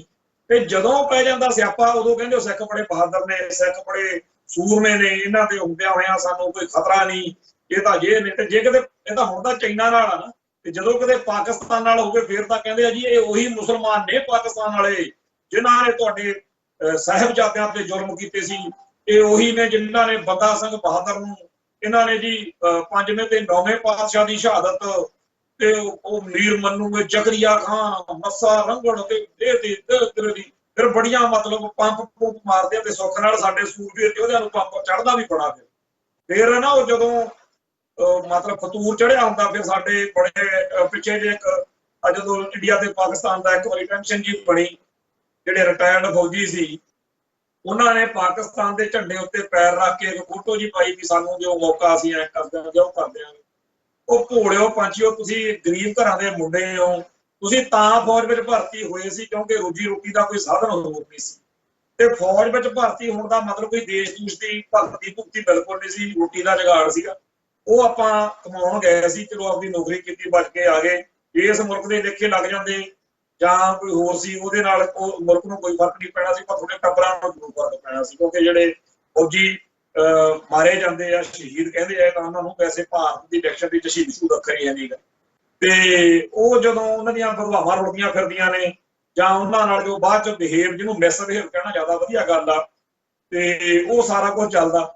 ਉਹ ਇਸ ਜਿਹੜੀ ਮਾਨਸਿਕਤਾ ਵਾ, ਇਹਦਾ ਵੀ ਇੱਕ ਜਾਣੀ ਕਿ ਵੱਖਰਾ ਹੀ ਕਮਾਲ ਆ ਵੀ ਜਿਹੜੇ ਫੌਜੀ ਰਿਟਾਇਰ ਹੋਣ ਤੋਂ ਬਾਅਦ ਝੰਡਾ ਚੱਕੀ ਫਿਰਦੇ ਆ, ਵੀ ਤੁਸੀਂ ਉੱਥੇ ਚਲੋ ਤੁਸੀਂ ਜਗ੍ਹਾ ਤੇ ਕਹੋ ਵੀ ਜੇਕਰ ਪਾਕਿਸਤਾਨ ਦੇ ਅਟੈਕ ਹੁੰਦਾ ਤਾਂ ਸਭ ਤੋਂ ਵੱਧ ਨੁਕਸਾਨ ਸਾਨੂੰ ਪੰਜਾਬ ਨੂੰ ਹੋਣਾ। ਤੇ ਇੰਡੀਆ ਦੀ ਇੱਛਾ ਵੀ ਇਹੀ ਆ ਵੀ ਇਹ ਜਿਹੜੇ ਸਿੱਖ ਨੇ ਨਾ, ਇਹ ਜ਼ਿਆਦਾ ਹੀ ਕਿਤੇ ਸਿੱਖੀ ਜੀ ਦਿਖਾਉਂਦੇ ਆ, ਜਿਹੜੇ ਇੱਕ ਵਾਰੀ ਪਾਕਿਸਤਾਨ ਨਾਲ ਸਿਆਪਾ ਜਿਹਾ ਛੇੜ ਕੇ ਇੱਥੇ ਲੜਾਈ ਦਾ ਮੈਦਾਨ ਬਣੇ ਤੇ ਇਹਨਾਂ ਦਾ ਘਾਣ ਹੋਵੇ, ਔਰ ਸਾਨੂੰ ਹਮੇਸ਼ਾ ਹੀ ਇਹ ਖਤਰਾ ਰਹਿੰਦਾ ਵੀ ਇੱਕ ਤਾਂ ਇੰਡੀਆ ਸਾਡੇ ਤੇ ਜ਼ੁਲਮ ਕਰਦਾ ਤੇ ਸਾਡੀ ਹੋਂਦ ਹਸਤੀ, ਸਾਡਾ ਸਾਰਾ ਕੁਝ ਤਬਾਹ ਕਰਨ ਤੇ ਤੁਰਿਆ। ਤੇ ਜਦੋਂ ਕਿਤੇ ਗੱਲ ਇਹੋ ਜਿਹੀ ਬਣ ਗਈ ਵੀ ਉਹ ਮਤਲਬ ਲੱਗਿਆ ਕਿ ਹੁਣ ਤਾਂ ਖਾਲਿਸਤਾਨ ਬਣ ਕੇ ਰਹੂ, ਉਦਣ ਇੰਡੀਆ ਨੇ ਖਾਲਿਸਤਾਨ ਵਾਲੇ ਪਾਸੇ ਨਹੀਂ ਆਉਣਾ। ਉਹਨਾਂ ਦਾ ਇੱਕ ਨਕਾਤੀਪੁਰਮ ਉਦੋਂ ਨੇ ਇੰਨਾ ਹੋਣਾ ਬਈ ਜੰਗ ਛੇੜ ਦੋ ਪਾਕਿਸਤਾਨ ਨਾਲ, ਇੱਥੋਂ ਪਰਮਾਣੂ ਮੁਜਾਹਿਦਾਂ ਚਲਾ ਦੋ, ਉਧਰੋਂ ਬੰਬ ਸਿੱਟ ਦੋ, ਮਾਰ ਦਿਓ, ਖਤਮ ਕਰ ਦਿਓ ਪੰਜਾਬ ਨੂੰ, ਪਰ ਖਾਲਿਸਤਾਨ ਨਹੀਂ। ਉਹ ਇਹੋ ਜਿਹੀ ਭੈੜੀ ਸੋਚ ਵਾਲੇ ਜਿਹੜੇ ਲੋਕ ਹੋਣ, ਉਹਨਾਂ ਦੇ ਲਈ ਮਰਨਾ, ਉਹਦੇ ਲਈ ਜਾਨ ਦੇਣੀ, ਜਿਨ੍ਹਾਂ ਨੂੰ ਵਧੀਆ ਲੱਗਦਾ, ਉਹਨਾਂ ਲੋਕਾਂ ਦੀ ਸਾਈਕੀ ਉੱਤੇ, ਉਹਨਾਂ ਦੀ ਮਨੋ ਵਿਗਿਆਨ ਦੇ ਉੱਤੇ ਕੀ ਕੋਈ ਟਿੱਪਣੀ ਕਰੇ ਤੇ ਕੀ ਨਾ। ਤੇ ਪਰ ਗੱਲ ਕਮਾਲ ਦੀ ਇਹ ਹੈਗੀ ਆ ਕਿ ਜਿੱਥੇ ਇਹੋ ਜਿਹਾ ਬਰੀਡ, ਇਹੋ ਜਿਹੇ ਲੋਕ ਸਾਡੇ ਚ ਹੈਗੇ ਆ ਜਿਨ੍ਹਾਂ ਨੂੰ ਮੇਰਾ ਦੇਸ਼ ਮਹਾਨ ਚੜਿਆ ਹੋਇਆ ਤੇ ਤਿਰੰਗੇ ਨੂੰ ਸਲਾਮੀਆਂ ਦੇਣ ਦਾ ਅਜੇ ਵੀ ਚਾਅ ਚੜਿਆ ਹੋਇਆ। ਵੈਸੇ ਸਿੱਖ ਸਿਧਾਂਤ ਅਨੁਸਾਰ ਦੇਸ਼ ਭਗਤ ਕੋਈ ਸਿੱਖ ਹੁੰਦਾ ਹੀ ਨਹੀਂ। ਸਿੱਖ ਤਾਂ ਅਕਾਲ ਪੁਰਖ ਦਾ ਭਗਤ ਵਾ, ਪੂਜਾ ਅਕਾਲ ਕੀ, ਪਰਚਾ ਸ਼ਬਦ ਦਾ, ਦਦਾਰ ਖਾਲਸੇ ਦਾ। ਤੇ ਜਿਹੜਾ ਵੀ ਸਿੱਖ ਕਹਿੰਦਾ ਹੈਗਾ ਕਿ ਜੀ ਦੇਸ਼ ਭਗਤ ਹੋਈਦਾ ਵਾ ਜਾਂ ਹੁੰਦਾ ਵਾ ਜਾਂ ਫਲਾਣੇ ਨੇ ਦੇਸ਼ ਭਗਤੀ ਕੀਤੀ, ਉਹ ਗੁਰੂ ਸਾਹਿਬਾਨ ਦੇ ਫਲਸਫੇ ਦਾ ਦੁਸ਼ਮਣ, ਜਾਂ ਇਹ ਗੱਲ ਸਾਬਤ ਕਰੇ ਵੀ ਕਿਹੜੇ ਸਿਧਾਂਤ ਅਨੁਸਾਰ ਜਿਹੜਾ ਸਿੱਖ ਦੇਸ਼ ਭਗਤ ਹੋ ਸਕਦਾ। ਦੇਸ਼ ਇੱਕ ਧਰਤੀ ਦੇ ਟੁਕੜੇ ਨੂੰ ਕਹਿੰਦੇ ਆ, ਕਿ ਧਰਤੀ ਦੇ ਉਸ ਟੁਕੜੇ ਉੱਤੇ ਗੋਹਾ ਗਾਹਾ ਜਾਂ ਮਲ ਕੇ ਉਹਦੀ ਪੂਜਾ ਕਰਨੀ, ਉੱਤੇ ਹਵਨ ਜਾਂ ਕਰਨਾ। ਹਵਨ ਕਾਹਦਾ ਹੁੰਦਾ, ਜਿਹੜਾ ਸਾਰਾ ਦੇਸੀ ਘਿਓ ਜਾ ਦਿੰਦੇ ਆ ਤੇ ਉਹ ਕਿਸੇ ਗਊ ਗਰੀਬ ਨੂੰ ਦੇਣ ਕੰਮ ਆਵੇ, ਤੇ ਉੱਥੇ ਜੀ ਉਹ ਕਰਦੇ ਆ, ਉਹਨੂੰ ਕਹਿੰਦੇ ਆ ਭੂਮੀ ਪੂਜਨ। ਭੂਮੀ ਦਾ ਮਤਲਬ ਦੇਸ਼ ਦਾ ਸਤਿਕਾਰ ਕਰਨਾ, ਪੂਜਾ ਕਰਨੀ, ਇਹਨੂੰ ਕਹਿੰਦੇ ਆ ਦੇਸ਼ ਭਗਤੀ। ਤੇ ਭਾਰਤ ਦੇ ਹਿੰਦੂ ਫਲਸਫੇ ਦੇ ਵਿੱਚ ਦੇਸ਼ ਭਗਤ ਹੋਣਾ ਜਾਂ ਉਹ ਤਾਂ ਉਹਨਾਂ ਦੀ ਗੱਲ ਆ, ਪਰ ਸਿੱਖ ਧਰਮ ਦੇ ਵਿੱਚ ਤਾਂ ਸਾਨੂੰ ਸਿਖਾਇਆ ਹੀ ਗਿਆ ਕਿ ਸਾਰਾ ਜਿਹੜਾ ਇਹ ਸੰਸਾਰ ਆ, ਦਿਸਦਾ ਤੇ ਅਣਦਿਸਦਾ, ਇਹ ਤੋਂ ਪਰਾਂ ਵੀ ਬੜਾ ਪਤਾ ਨਹੀਂ ਕਿੱਥੇ ਤੱਕ ਇਹ ਧਰਤੀ ਆ, ਤੇ ਇਹ ਤੋਂ ਪਰਾਂ ਕਿੰਨੀਆਂ ਧਰਤੀਆਂ ਨੇ, ਕਿੱਡਾ ਬ੍ਰਹਮੰਡ ਆ, ਕਈ ਬ੍ਰਹਮੰਡ ਹੈ ਜੋ ਹੋਣਗੇ, ਪਤਾ ਨਹੀਂ ਕੀ ਕੁਝ ਬਣਾਤਾ ਉਹਨੇ, ਬਣਾਉਣ ਵਾਲੇ ਨੇ, ਉਸ ਕਰਦੇ ਪੁਰਖ। ਸੋ ਉਸ ਅਕਾਲ ਪੁਰਖ ਦੀ ਪੂਜਾ ਕਰਨੀ ਹੈ, ਉਸ ਅਕਾਲ ਪੁਰਖ ਦੇ ਪੁਜਾਰੀ ਆ, ਨਾ ਕਿ ਧਰਤੀ ਦੇ ਕਿਸੇ ਟੋਲੇ ਦੀ। ਤੇ ਜੇਕਰ ਇੱਥੇ ਸਾਡੀ ਇਸ ਧਰਤੀ ਨਾਲ ਫਿਰ ਇੰਨੀ ਜ਼ਿਆਦਾ ਵਾ ਵੀ ਉਹਦੇ ਲਈ ਪਵਿੱਤਰਤਾ ਜੀ ਆ, ਮਰ ਜਾਣਾ ਜਾਂ ਜੇ ਆ, ਫਿਰ ਕੈਨੇਡਾ 'ਚ ਜਿਹੜੇ ਸਿੱਖ ਰਹਿੰਦੇ ਨੇ ਜਾਂ ਜਿਹੜੇ ਪਾਕਿਸਤਾਨ 'ਚ ਸਿੱਖ ਨੇ, ਫਿਰ ਪਾਕਿਸਤਾਨ ਦੀ ਧਰਤੀ ਸਾਡੇ ਲਈ ਪਵਿੱਤਰ ਹੋ ਗਈ। ਜਿਹੜੇ ਉੱਥੇ ਸਿੱਖ ਰਹਿੰਦੇ ਨੇ ਉਹ ਕਿਉਂ ਨਾ ਉਸ ਦੇਸ਼ ਲਈ, ਉਸ ਧਰਤੀ ਲਈ ਲੜਨ ਜਿੱਥੇ ਨਨਕਾਣਾ ਸਾਹਿਬ ਸਾਡੇ ਬਾਬੇ ਨਾਨਕ ਦਾ ਸਭ ਤੋਂ ਜਿਹੜਾ ਅਹਿਮ ਸਥਾਨ ਵਾ। ਉੱਥੇ ਸਾਡੇ ਲਾਹੌਰ ਦੇ ਵਿੱਚ ਗੁਰੂ ਅਰਜਨ ਪਾਤਸ਼ਾਹ ਜੀ ਨਾਲ ਸੰਬੰਧਿਤ ਹੋਰ ਬੜੇ ਸਾਡੇ ਸਥਾਨ ਨੇ। ਫਿਰ ਪਾਕਿਸਤਾਨ ਦੀ ਧਰਤੀ ਸਾਡੇ ਲਈ ਕਿਵੇਂ ਮਾੜੀ ਹੈ? ਜੇ ਧਰਤੀ ਇਕੱਲੀ ਭਾਰਤ ਵਾਲੀ ਬੜੀ ਮਹਾਨ, ਇਹਨੇ ਸਾਰੇ ਮੁਲਕਾਂ ਦੇ ਵਿੱਚ ਜਿੱਥੇ ਜਾਏ ਵਹੇ ਮੇਰਾ ਸਤਿਗੁਰੂ, ਜਿੱਥੇ ਜਿੱਥੇ ਸਾਹਿਬ ਸ੍ਰੀ ਗੁਰੂ ਗ੍ਰੰਥ ਸਾਹਿਬ ਦੇ ਸਰੂਪ ਨੇ, ਸਾਰੀ ਉਹ ਧਰਤੀ ਸਾਡੇ ਲਈ ਇੱਕੋ ਜਿਹੀ ਹੈ। ਧਰਤੀ ਕੀ, ਸਾਰੀਆਂ ਧਰਤੀਆਂ ਇੱਕੋ ਜਿਹੀਆਂ ਨੇ, ਕੋਈ ਖਾਸ ਨਹੀਂ, ਕੋਈ ਆਮ ਨਹੀਂ ਧਰਤੀ ਉੱਤੇ ਰਹਿਣਾ। ਤੇ ਹੁਣ ਇਹ ਸਾਡੀ ਆਹ ਧਰਤੀ ਹੈ ਤੇ ਸਾਡਾ ਇਸ ਧਰਤੀ ਨਾਲ ਇੱਕ ਇਮੋਸ਼ਨਲ, ਇੱਕ ਹਿਸਟੋਰੀਕਲ ਸਾਡਾ ਸਾਂਝ ਆ। ਇਹ ਜਿਹੜੀ ਸਿੱਖ ਹੋਮਲੈਂਡ ਆ, ਜਿੱਥੇ ਸਾਡੇ ਚੱਪੇ ਚੱਪੇ ਉੱਤੇ ਸਾਡੇ ਸ਼ਹੀਦਾਂ ਦੇ, ਸਾਡੇ ਪੂਰਵਜਾਂ ਦੇ ਇੱਕ ਚਿੰਨ੍ਹ ਪਏ ਨੇ, ਨਿਸ਼ਾਨੀਆਂ ਨੇ, ਇਤਿਹਾਸ ਆ ਸਾਡਾ। ਉਹ ਇਹਦੇ ਨਾਲ ਇੱਕ ਜਿਹੜਾ ਪਿਆਰ ਹੋਣਾ ਸੁਭਾਵਿਕ ਆ, ਤੇ ਇਹਦੇ ਲਈ ਲੜਨਾ ਜਾਂ ਇਹਦੇ ਲਈ ਬਹਿਸਣਾ ਜਾਂ ਇਹਦੇ ਹੱਕਾਂ ਦੀ ਰਾਖੀ ਕਰਨੀ ਸਾਡਾ ਫਰਜ਼ ਵਾ। ਇਹ ਤਾਂ ਕੋਈ ਗੱਲ ਬਣੀ। ਪਰ ਜੇ ਕਹੀਏ ਵੀ ਦੇਸ਼ ਦੂਸ਼ ਭਗਤਾਂ, ਦੇਸ਼ ਦੂਸ਼ ਦੇ ਭਗਤ ਕੋਈ ਨਹੀਂ ਹੁੰਦੇ ਸਿੱਖ। ਇਹ ਤਾਂ ਸਰਦਾਰ ਕਪੂਰ ਸਿੰਘ ਸਾਥੀ ਸਾਖੀ ਦੇ ਵਿੱਚ ਇੱਕ ਚੰਗਾ ਨਤਾਰਾ ਕਰ ਗਏ, ਜਦੋਂ ਸਰਦਾਰ ਭਗਤ ਸਿੰਘ ਵਾਲਾ ਉਹਨਾਂ ਨੇ ਲਿਖਿਆ ਵੀ ਉਹ ਦੇਸ਼ ਭਗਤ ਕਿਵੇਂ ਸੀਗਾ। ਉਹ ਜਿਹੜੀ ਦੇਸ਼ ਭਗਤੀ ਦੀ ਭਾਵਨਾ, ਇਹ ਤਾਂ ਚਲੋ ਦਿਨੋਂ ਦਿਨ ਹੁਣ ਸਿੱਖਾਂ 'ਚ ਘਟਦੀ ਜਾਂਦੀ ਆ। ਸ਼ੁਕਰ ਕਰਦੇ ਆ ਸੋਸ਼ਲ ਮੀਡੀਆ ਦਾ, ਉਦੋਂ ਵੱਡਾ ਸ਼ੁਕਰਗੁਜ਼ਾਰ ਆ 1984 ਦੀ ਕਰਤੂਤ ਕਰਨ ਵਾਲਿਆਂ ਦਾ, ਜਿਨ੍ਹਾਂ ਨੇ ਚਪੇੜ ਤਾਂ ਟਕਾ ਕੇ ਮਾਰੀ, ਪਰ ਸਾਨੂੰ ਹੁਣ ਸਦੀਆਂ ਤੱਕ ਅਕਲ ਆ ਗਈ ਵੀ ਇਹ ਜਿਹੜਾ ਮੁਲਕ ਵਾ ਜਾਂ ਇਸ ਮੁਲਕ ਦੀ ਜਿਹੜੀ ਹਾਕਮ ਜਮਾਤ ਵਾ, ਜਿਹੜੀ ਹਿੰਦੂਤਵੀ ਸੋਚ ਆ, ਵੀ ਉਹ ਸਿੱਖੀ ਅਤੇ ਸਿੱਖਾਂ ਦਾ ਘਾਣ ਕਰਨ ਕਰਾਉਣ ਵਾਲੀ ਸੋਚ ਆ। ਨਾਲ ਹੀ ਦੁਨੀਆ ਨੂੰ ਸਮਝ ਲੱਗ ਗਈ ਵੀ ਇਹ ਸਿੱਖ ਜਿਹੜੇ ਨੇ ਇਹ ਇੰਡੀਅਨ ਨਹੀਂ ਹੈਗੇ, ਇੰਡੀਆ ਤੇ ਇਹਨਾਂ ਦਾ ਤਬਾਹੀ ਕਰਨ ਨੂੰ ਫਿਰਦਾ, ਇਹਨਾਂ ਦਾ ਮੁਲਕ ਗੁਜ਼ਾਰਨ ਦਾ ਕੋਈ ਨਹੀਂ ਹੈਗਾ, ਇਹ ਸਟੇਟਲੈਸ ਪੀਪਲ ਨੇ ਤੇ ਇਹ ਖਾਲਿਸਤਾਨ ਮੰਗਦੇ ਆ। ਤੇ ਅਜੇ ਇਹਨਾਂ ਦਾ ਮੁਲਕ ਭਾਵੇਂ ਬਣਿਆ ਨਹੀਂ, ਪਰ ਇਹ ਇੰਨੇ ਜੋਗੇ ਹੈਗੇ ਆ ਕਿ ਬਣਾ ਲੈਣਗੇ, ਕਿਉਂਕਿ ਜੇ ਇਹ ਇੰਡੀਆ ਨੂੰ ਆਜ਼ਾਦ ਕਰਾਉਣ ਦੇ ਲਈ 93-97% ਕੁਰਬਾਨੀਆਂ ਦੇ ਸਕਦੇ ਆ, ਤਾਂ ਇਹ ਆਪਦੇ ਮੁਲਕ ਲਈ, ਆਪਦੀ ਕੌਮ ਲਈ ਵੀ ਤਾਂ ਕਰ ਸਕਦੇ। ਉਹ ਇਹ ਜਿਹੜਾ ਸਾਰਾ ਮਾਹੌਲ ਬਣਿਆ ਹੋਇਆ, ਇਹਦੇ ਵਿੱਚ ਸਿੱਖਾਂ ਨੂੰ ਬਲੀ ਦੇ ਬੱਕਰੇ ਬਣਾ ਕੇ ਭਾਰਤ ਦੇ ਵੱਲੋਂ ਕਦੇ ਪਾਕਿਸਤਾਨ ਦੇ ਮੂਹਰੇ, ਕਦੇ ਸ਼੍ਰੀਲੰਕਾ 'ਚ ਭੇਜ ਦੋ, ਕਦੇ ਚਾਈਨਾ 'ਚ ਭੇਜ ਦੋ, ਇਹ ਜਿਹੜਾ ਚੱਕਰਗੂ ਚੱਲ ਰਿਹਾ, ਇਹਦੇ ਬਾਰੇ ਪਹਿਲਾਂ ਜਿਹੜੇ ਸਾਡੇ ਪੁਰਾਣੇ ਬਜ਼ੁਰਗ ਨੇ ਜਾਂ ਸਾਡੀਆਂ ਪਿਛਲੀਆਂ ਪੀੜ੍ਹੀਆਂ ਨੇ, ਉਹਨਾਂ ਕੋਲੇ ਇੰਨੀ ਚੇਤਨਾ ਨਹੀਂ ਸੀ। ਉਹ ਵਿਚਾਰੇ, ਹੁਣ ਸਾਡੇ ਕਈ ਬੰਦੇ ਆ ਜੀ, ਉਹਨਾਂ ਨੂੰ RSS ਦੇ ਏਜੰਟ ਤੇ ਫਲਾਣਾ ਕਹਿੰਦੇ ਆ, ਜਿਹੜੇ ਸਾਡੇ ਪਿਛਲੀਆਂ ਸਦੀਆਂ ਦਾ ਇਤਿਹਾਸਕਾਰ ਨੇ, ਲਿਖਣ ਵਾਲੇ ਨੇ ਜਾਂ ਹੋਰ ਨੇ, ਉਹਨਾਂ ਉਦੋਂ ਅਸਰ ਹੀ ਇਹ ਸੀ, ਉਦੋਂ ਹਿੰਦੂ ਨਾਲ ਜਾਂ ਇੰਡੀਆ ਨਾਲ ਸਿੱਖਾਂ ਦਾ ਅੱਜ ਵਾਂਗੂ ਜਿਹੜੀ ਸਪਸ਼ਟਤਾ ਨਹੀਂ ਸੀ। 1947 ਤੋਂ ਲੈ ਕੇ 1984 ਤੱਕ ਜਿਹੜਾ ਆਪਾਂ ਇਹਨਾਂ ਨਾਲ ਟਕਰਾਅ ਵਿੱਚ ਰਹੇ ਆ, ਉਹ ਹੋਰ ਤਰੀਕੇ ਨਾਲ ਰਹੇ। ਜਿਹੜਾ 1984 ਤੋਂ ਬਾਅਦ ਮਾਹੌਲ ਬਣਿਆ, ਉਦੋਂ ਪਤਾ ਲੱਗਿਆ, ਫਿਰ ਸਾਰੀਆਂ ਗੱਲਾਂ ਦੀ ਵਿਆਖਿਆ ਬਦਲ ਗਈ। ਅੱਜ ਜਦੋਂ ਅਸੀਂ ਰਾਮਚੰਦਰ ਕ੍ਰਿਸ਼ਨ, ਰਮਾਇਣ, ਮਹਾਭਾਰਤ, ਵੇਦ, ਸਿਮਰਤ ਸ਼ਾਸਤਰ ਦੀ ਗੱਲ ਕਰਦੇ ਆ, ਅੱਜ ਸਾਨੂੰ ਗੁਰਮਤ ਦਾ ਸਿਧਾਂਤ ਜ਼ਿਆਦਾ ਸਪਸ਼ਟਤਾ ਦੇ ਨਾਲ ਮਤਲਬ ਸਮਝ ਪੈਂਦਾ। 1984 ਤੋਂ ਪਹਿਲਾਂ ਮੈਨੂੰ ਨਹੀਂ ਲੱਗਦਾ ਹੈਗਾ, ਹੋ ਸਕਦਾ ਕੋਈ ਹੁਣ ਬੜੇ ਗੁਣੀ ਗਿਆਨੀ, ਕਿਉਂਕਿ ਅਸੀਂ ਤਾਂ ਉਸ ਧਰਮ ਵਾਲੇ ਪਾਸੇ ਤਾਂ ਅਸੀਂ ਨਹੀਂ ਬੜਾ ਉਹਨੇ ਹੈਗਾ ਸਾਡਾ ਵਿਜਨ, ਪਰ ਜਿਹੜਾ ਜਿੱਥੇ ਸਾਨੂੰ ਸਮਝ ਆ, ਪਹਿਲਾਂ ਸਾਡੇ ਬਾਹਲੇ ਬੰਦੇ ਰਾਮਚੰਦਰ ਨੂੰ, ਕ੍ਰਿਸ਼ਨ ਹੁਣਾਂ ਨੂੰ ਜਾਂ ਹੋਰਾਂ ਨੂੰ ਵੀ ਉਹਨਾਂ ਦੀ ਸਤਿਕਾਰ ਦੇਈ ਜਾਂਦੇ ਸੀ ਕਿ ਸਾਡੇ ਹੀ ਨੇ, ਜਿਵੇਂ ਵੇਦ, ਰਮਾਇਣ, ਮਹਾਭਾਰਤ ਜੋ ਨੇ, ਰਾਮਲੀਲਾ ਜੋ ਨੇ, ਉਵੇਂ ਚਾਰਾਂ ਭਾਈ।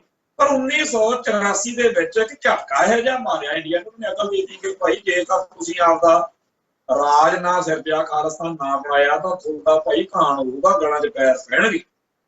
ਸਿੱਖ ਜਿਹੜੇ ਸੀਗੇ ਉਹ ਹੱਕੇ ਬੱਕੇ ਹੋ ਗਏ ਵੀ ਅਸੀਂ ਤਾਂ ਇਹਨਾਂ ਨੂੰ ਭਰਾ ਮੰਨਦੇ ਸੀ। ਫਿਰ ਉਹਨਾਂ ਨੂੰ ਪਤਾ ਲੱਗਿਆ ਵੀ 47 ਦੇ ਵਿੱਚ ਐਵੇਂ ਨਹੀਂ, ਉਹਨਾਂ ਨੇ ਬਾਅਦ 'ਚ ਕਹਿਤਾ ਸੀ ਸਿੱਖ ਜਰੈਮ ਪੇਸ਼ਾ। ਉਦੋਂ ਨਹੀਂ ਸਮਝ ਲੱਗੀ ਸਿੱਖਾਂ ਨੂੰ ਕਿ ਸਾਨੂੰ ਜਰੈਮ ਪੇਸ਼ਾ ਕਹਿੰਦੇ ਆ। ਸਾਚੀ ਸਾਖੀ ਦੇ ਵਿੱਚ ਜੋ ਸਰਦਾਰ ਕਪੂਰ ਸਿੰਘ ਲਿਖਦੇ ਸੀ, ਉਹਦੀ ਅਕਲ 47 ਤੋਂ ਲੈ ਕੇ 84 ਤੱਕ ਨਹੀਂ ਹੈ। 84 'ਚ ਆਈ ਮਤਲਬ ਵੀ ਵਾਕਿਆ ਹੀ ਜਿਹੜਾ ਇਹਨਾਂ ਨੇ ਭਾਰਤੀ ਸੰਵਿਧਾਨ 'ਚ ਸਿੱਖਾਂ ਨੂੰ ਹਿੰਦੂ ਲਿਖਿਆ, ਉਹ ਐਵੇਂ ਨਹੀਂ ਲਿਖਿਆ ਹੈਗਾ। ਉਹ ਕਹਿੰਦੇ ਆ ਜਿੰਨੇ ਕੁ ਬੜੀ ਸਿਰਜਾ ਚੱਕਦੇ ਆ, ਉਹਨਾਂ ਨੂੰ ਵੈਸੇ ਕਤਲ ਕਰ ਦੋ। ਜਿਹੜੇ ਕਤਲ ਨਹੀਂ ਕਰ ਹੁੰਦੇ, ਜਿਹੜੇ ਨਹੀਂ ਕਤਲ ਤੋਂ ਬਚ ਗਏ, ਜਿਹੜੇ ਉਹਨਾਂ ਤੇ ਝੂਠੇ ਕੇਸ ਪਾ ਕੇ ਜੂਏ ਪੀਏ, ਟਾਡਾ, ਕੋਟਾ ਤੇ ਹੋਰ ਗੰਦੇ ਕਾਨੂੰਨ ਲਾ ਕੇ ਉਹਨਾਂ ਨੂੰ 5-5, 15-15, 20 ਸਾਲ ਦੀ ਅੱਧਾ ਸਿੱਟੋ। ਤੇ ਜਿਹੜੇ ਫੇਰ ਵੀ ਕਾਬੂ ਨਹੀਂ ਆਉਂਦੇ, ਉਹਨਾਂ ਨੂੰ ਹਿੰਸਕ ਭੀੜਾ ਤੋਂ ਮਰਵਾ ਦੋ। ਇਹ ਵੀ ਕੰਮ ਚੱਲ ਸਕਦਾ।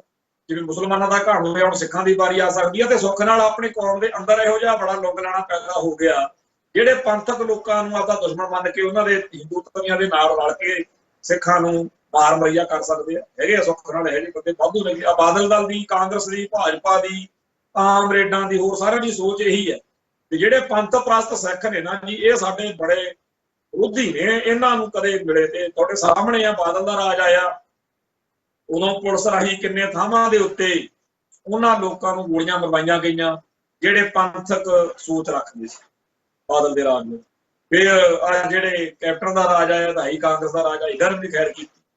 ਤੇ ਜਦੋਂ ਕੱਥੂ ਨੰਗਲ ਕਾਂਡ ਹੋਇਆ, ਜਾਂ ਵੈਸੇ ਉੱਥੇ ਵੀ ਜਿਹੜੇ ਪੰਥਕ ਸੋਚ ਰੱਖਦੇ ਆ ਲੋਕ, ਉਹਨਾਂ ਨੂੰ ਕੁੱਟ ਕਟਾਪੇ ਕਰਕੇ ਜੇਲ੍ਹਾਂ 'ਚ ਡੱਕਣਾ, ਕਦੇ ਭਾਈ ਦਲਜੀਤ ਸਿੰਘ ਬਿੱਟੂ ਨੂੰ ਚੱਕ ਲਿਆ, ਕਦੇ ਫਲਾਣਿਆਂ ਨੂੰ ਚੱਕ ਲਿਆ। ਇਹ ਸਾਰਾ ਕੁਝ ਜਿਹੜਾ ਹੈਗਾ, ਇਹ ਸਾਰੀਆਂ ਪਾਰਟੀਆਂ ਦੇ ਜਿਹੜੇ ਵਰਕਰ ਨੇ, ਜਾਂ ਇਹ ਸਾਰਾ ਹਕੂਮਤੀ ਮਸ਼ੀਨਰੀ ਨਾਲ ਜਿਹੜੇ ਸਿੱਖਾਂ ਦੀ ਸੁਰ ਰਲਦੀ ਆ, ਜਿਨ੍ਹਾਂ ਨੂੰ ਮੇਰਾ ਦੇਸ਼ ਮਹਾਨ ਚੜਿਆ ਹੋਇਆ, ਇਹ ਸਾਰੇ ਉਸ ਖੇਡ ਦਾ ਬੜੀ ਸ਼ੌਕ ਨਾਲ ਹਿੱਸਾ ਬਣਨਗੇ ਜਦੋਂ ਹਿੰਦੂ ਤਵੀ ਇਹ ਖੇਡ ਖੇਡਣਗੇ ਕਿ ਜਿਵੇਂ ਸਾਰੇ ਭਾਰਤ ਵਿੱਚ ਬਹਾਨੇ ਬਣਾ ਬਣਾ ਕੇ ਮੁਸਲਮਾਨਾਂ ਨੂੰ ਟਾਰਗੇਟ ਕੀਤਾ ਵਾ ਵੀ ਹਿੰਸਕ ਭੀੜਾਂ ਪੈ ਗਈਆਂ ਜੀ, ਕੀ ਕਰੀਏ, ਮੌਬ ਲਿੰਚਿੰਗ ਜਿਹਨੂੰ ਕਹਿੰਦੇ। ਤੇ ਉਹ ਚੀਜ਼ ਇੱਥੇ ਵੀ ਹੋ ਸਕਦੀ ਆ। ਤੇ ਉਦੋਂ ਇਹ ਸਾਰੀ ਜਿਹੜੀ ਸੈਨਾ ਇਹ ਉਹਦੇ ਨਾਲ ਹੀ ਹੋਣੀਆਂ ਵਾ। ਸੰਪਰਦਾਵਾਂ ਵਾਲੇ ਸਾਧ ਬਾਬਿਆਂ ਦੇ ਚੇਲੇ ਆ ਜਿਹੜੇ, ਇਹਨਾਂ ਨੂੰ ਵੀ ਪੰਥਕ ਸੋਚ ਵਾਲੇ ਸਿੱਖ ਜਿਹੜੇ ਆ ਬੜੇ ਭੈੜੇ ਲੱਗਦੇ। ਜਿਨ੍ਹਾਂ ਸਿੱਖਾਂ ਨੇ 1984 ਤੋਂ ਬਾਅਦ ਜਿਹੜਾ ਪੰਥਕ ਏਜੰਡੇ ਨੂੰ ਅਪਣਾਇਆ, ਪੰਥਕ ਸੋਚ ਨੂੰ ਅਪਣਾਇਆ, ਜਿਨ੍ਹਾਂ ਨੇ ਇਹ ਮੰਨਿਆ ਕਿ ਸਿੱਖੀ ਜਾਂ ਸਿੱਖ ਤਾਂ ਬਚਣਗੇ ਜੇਕਰ ਸਿੱਖਾਂ ਨੇ ਆਪਦਾ ਰਾਜ ਭਾਗ ਲੈ ਲਿਆ, ਤੇ ਜੇ ਸਿੱਖਾਂ ਦੇ ਕੋਲ ਖਾਲਿਸਤਾਨ ਜਾਂ ਸਿੱਖਾਂ ਦਾ ਰਾਜ ਭਾਗ ਨਾ ਬਣਿਆ ਤਾਂ ਇੰਡੀਆ ਦਾ ਸਿੱਧਾ ਜਿਹਾ ਏਜੰਡਾ ਵਾ ਵੀ ਸਿੱਖਾਂ ਦਾ ਘਾਣ ਕਰਨਾ, ਸਿੱਖਾਂ ਨੂੰ ਮਾਰਨਾ, ਸਿੱਖਾਂ ਦਾ ਬਲੀਆ ਮੇੜ ਕਰਨਾ, ਤਬਾਹੀ ਕਰਨਾ। ਤੇ ਉਹਦੇ ਲਈ ਜਿਹੜੀਆਂ ਅੱਡ-ਅੱਡ ਖੇਡਾਂ ਖੇਡੀਆਂ ਜਾ ਰਹੀਆਂ ਨੇ, ਤੇ ਇਸ ਵੇਲੇ ਤੱਕ ਬਹੁਤਾ ਕੁਝ ਜਿਹੜਾ ਹੈ ਉਹ ਦਿੱਲੀ ਦੇ ਜਾਂ ਨਾਗਪੁਰ ਦੇ ਜਾਂ ਖੁਫੀਆ ਏਜੰਸੀਆਂ ਦੇ ਹਿਸਾਬ ਨਾਲ ਚੱਲਦੇ। ਬੜੇ ਲੋਕ ਨੇ ਜਿਨ੍ਹਾਂ ਨੂੰ ਇਸ ਵੇਲੇ ਚਾਅ ਚੜਿਆ ਪਿਆ ਵਾ ਵੀ ਅਸੀਂ ਪਾਕਿਸਤਾਨ ਜਾਂ ਅਸੀਂ ਚਾਈਨਾ ਜਾਂ ਸ਼੍ਰੀਲੰਕਾ ਜਾਂ ਹੋਰ ਜਿਹੜੇ ਇੰਡੀਆ ਦੇ ਦੁਸ਼ਮਣ ਨੇ ਉਹਨਾਂ ਨਾਲ ਲੜ ਕੇ ਆਪਦੀ ਕੁਰਬਾਨੀ ਦੇ ਦਿਆਂਗੇ, ਬਲੀ ਦੇ ਦਿਆਂਗੇ, ਚੱਕ ਦਿਆਂਗੇ ਫੱਟੇ ਦੇਸ਼ ਭਗਤ। ਬੜੇ ਇਹੋ ਜਿਹੇ ਸਿੱਖ ਨੇ ਜਿਨ੍ਹਾਂ ਨੂੰ ਲੱਗਦਾ ਹੈਗਾ ਕਿ ਜਿਹੜੇ ਲੋਕ ਪੰਥ ਦੀ ਗੱਲ ਕਰਦੇ ਆ, ਕੌਮ ਦੀ ਗੱਲ ਕਰਦੇ ਆ, ਸਿੱਖੀ ਦੀ ਚੜ੍ਹਦੀ ਕਲਾ ਦੀ ਗੱਲ ਸੋਚਦੇ ਆ ਵੀ ਇਹਨਾਂ ਸਿੱਖਾਂ ਦਾ ਘਾਣ ਕਰਨਾ ਮੇਰੀ ਧਰਮ ਦੀ ਸੇਵਾ, ਮਤਲਬ ਮੇਰਾ ਧਰਮ ਆ ਇਹ। ਕਈ ਇਹੋ ਜਿਹੇ ਕੋਸੀਏ ਨੇ ਜਿਨ੍ਹਾਂ ਨੇ ਬਹੁਤ ਬੇਦਰਦੀ ਨਾਲ ਵਿਚੜਪੁਣੇ ਦੀਆਂ ਜ਼ਕਰੀਏ ਖਾਨ ਨਾਲੋਂ ਵੀ ਭੈੜੀਆਂ ਉਹਨਾਂ ਦੀਆਂ ਕਰਤੂਤਾਂ ਨੇ। ਉਹ ਤੇ ਉਹਨਾਂ ਦੇ ਕਈ ਵਾਰੀ ਵਾਰਸ ਜਿਹੜੇ ਨੇ ਉਹ ਕਲੇਮ ਕਰਦੇ ਆ। ਪਿੱਛੇ ਜੇ ਬੜਾ ਰਫੜ ਪਿਆ, ਇੱਕ ਚੈਨਲ ਵਾਲੇ ਨੇ ਜਦੋਂ ਇੱਥੇ ਇੱਕ ਗਰਮੇਲ ਬਾਈ ਬੜਾ ਬਦਨਾਮ ਰਿਹਾ ਆਪਣੇ ਮਾਲ ਮੰਡੀ ਅੰਮ੍ਰਿਤਸਰ ਬੁੱਚੜਖਾਨੇ 'ਚ, ਹੈ ਤਾਂ ਹੋਰ ਵੀ ਬੜੇ ਸੀ ਪਰ ਉਹ ਇੱਧਰ ਮਾਲਵੇ ਦਾ ਸੀ, ਸ਼ਾਇਦ ਮੌੜ ਮੰਡੀ ਦਾ ਸੀਗਾ। ਉਹ ਲੱਗਿਆ ਹੋਇਆ ਉਹਦਾ ਜਾਣੀ ਕਿ ਕੋਈ ਰਿਸ਼ਤੇਦਾਰੀ ਚੋਂ ਕਹਿੰਦਾ ਯਾਰ ਉਹਦਾ ਮੁੰਡਾ ਸਾਡੀ ਉਹ ਕੁੜੀ ਵਿਆਹੀ ਹੋਈ ਆ, ਤੁਸੀਂ ਕਹਿੰਦਾ ਉਹਨੂੰ ਜ਼ਕਰੀਆ ਖਾਨ ਕਹਿੰਦੇ ਹੋ ਗਰਮੇਲ ਨੂੰ, ਬੁੱਚੜ ਨੂੰ, ਸਾਡੇ ਰਿਸ਼ਤੇਦਾਰ ਨੂੰ, ਤੇ ਸਾਡਾ ਤਾਂ ਪ੍ਰਾਹੁਣਾ ਜਿਹੜਾ ਹੈਗਾ ਜੀ ਉਹ ਕਹਿੰਦੇ ਬੜਾ ਔਖਾ ਤੁਹਾਡੀ ਇਸ ਗੱਲ ਤੋਂ, ਉਹ ਜੀ ਬੜਾ ਪੀੜ ਝੱਲਦਾ ਵੀ ਪਤੰਦਰਾ ਉਹਨੂੰ ਨੀਂਦ ਨਹੀਂ ਆਉਂਦੀ। ਤਾਂ ਕੀ ਕਰੀਏ ਜਿਹਨਾਂ ਲੋਕਾਂ ਦੇ ਹਜ਼ਾਰਾਂ ਘਰਾਂ ਚੋਂ ਪੁੱਤ ਚੱਕ ਕੇ ਉੱਥੇ, ਔਰ ਬੜਾ ਬੁੱਚੜ ਤੇ ਜ਼ਾਲਮ ਹੁੰਦਾ ਸੀ। ਫਿਰ ਲੁਧਿਆਣੇ ਜਿਹੜੇ ਚ ਪਿੰਡ ਪੈਂਦਾ ਸੀ ਉੱਥੇ ਉਹਦੀ ਬਦਨਾਮੀ ਉਦੋਂ ਅੱਜ ਪੜ੍ਹਦਿਆਂ ਸੁਣੀ ਹੋਈ ਸੀ ਵੀ ਬੜਾ ਜ਼ਾਲਮ ਆ। ਜਦੋਂ ਅੰਮ੍ਰਿਤਸਰ ਆਏ ਆ ਇਸ ਇਲਾਕੇ ਦੇ ਜਿਹੜੇ ਹਕੂਮਤ ਦੇ ਪੀੜਤ ਪਰਿਵਾਰਾਂ ਨਾਲ ਜਦੋਂ ਗੱਲਬਾਤ ਹੋਈ, ਚਰਚਾ ਹੋਈ, ਵੇਲੇ ਉਦੋਂ ਹਰ ਬੰਦੇ ਨੇ ਇਹੀ ਦੱਸਿਆ ਵੀ ਇੱਥੇ ਬੜੇ ਆਏ ਨੇ, ਕਈ ਬੁੱਚੜ ਆਏ ਨੇ, ਪਰ ਗਰਮੇਲ ਵਰਗਾ ਹੁਣ ਉਹਦਾ ਜਿਹੜਾ ਵਾਰਸ ਉੱਠ ਕੇ ਨੇ ਉਹ ਕਹਿੰਦੇ ਆ ਜੀ, ਤੇ ਉਹਨਾਂ ਨੂੰ ਭੋਰਾ ਸ਼ਰਮ ਨਹੀਂ ਹੈਗੀ।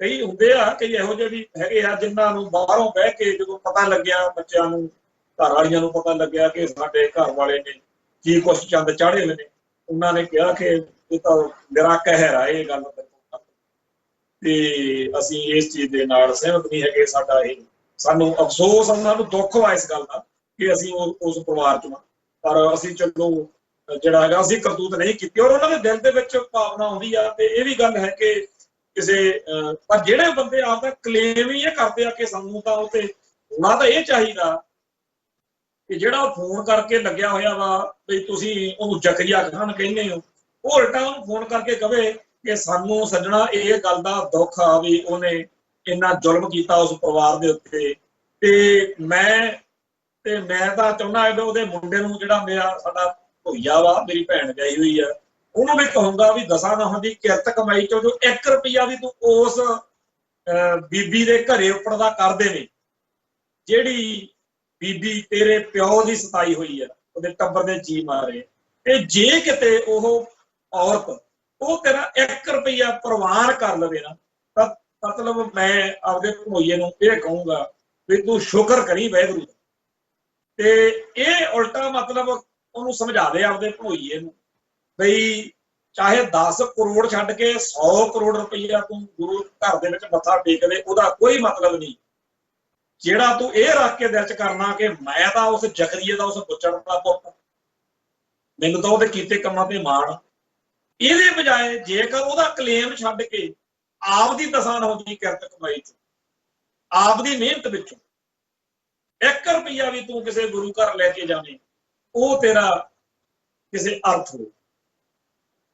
ਡਾਕੇ ਜੋ ਲੋਕਾਂ ਦੇ, ਕਿਉਂਕਿ ਇੱਥੇ ਲੋਕਾਂ ਨੇ ਤਾਂ ਆਪਦੇ ਪੁੱਤ ਬਚਾਉਣ ਲਈ ਵੀ ਆਹ ਲਓ ਜੀ, ਆਹ ਤਾਂ ਹੈਗਾ 1 ਲੱਖ ਰੁਪਈਆ ਵੀ ਤੁਸੀਂ ਸਾਡੇ ਮੁੰਡੇ ਦੀ ਜਾਨ ਬਖਸ਼ ਪਾ ਰਹੇ ਹੋ ਨਾ ਝੂਠੇ ਪੁਲਿਸ ਮੁਕਾਬਲੇ ਚ, ਆਹ ਜਿਹੜਾ 50,000 ਹੈ ਇਹ ਤੁਹਾਨੂੰ ਹੋਰ ਦਿੰਦੇ ਆ। ਇਹ ਕਾਹਦਾ?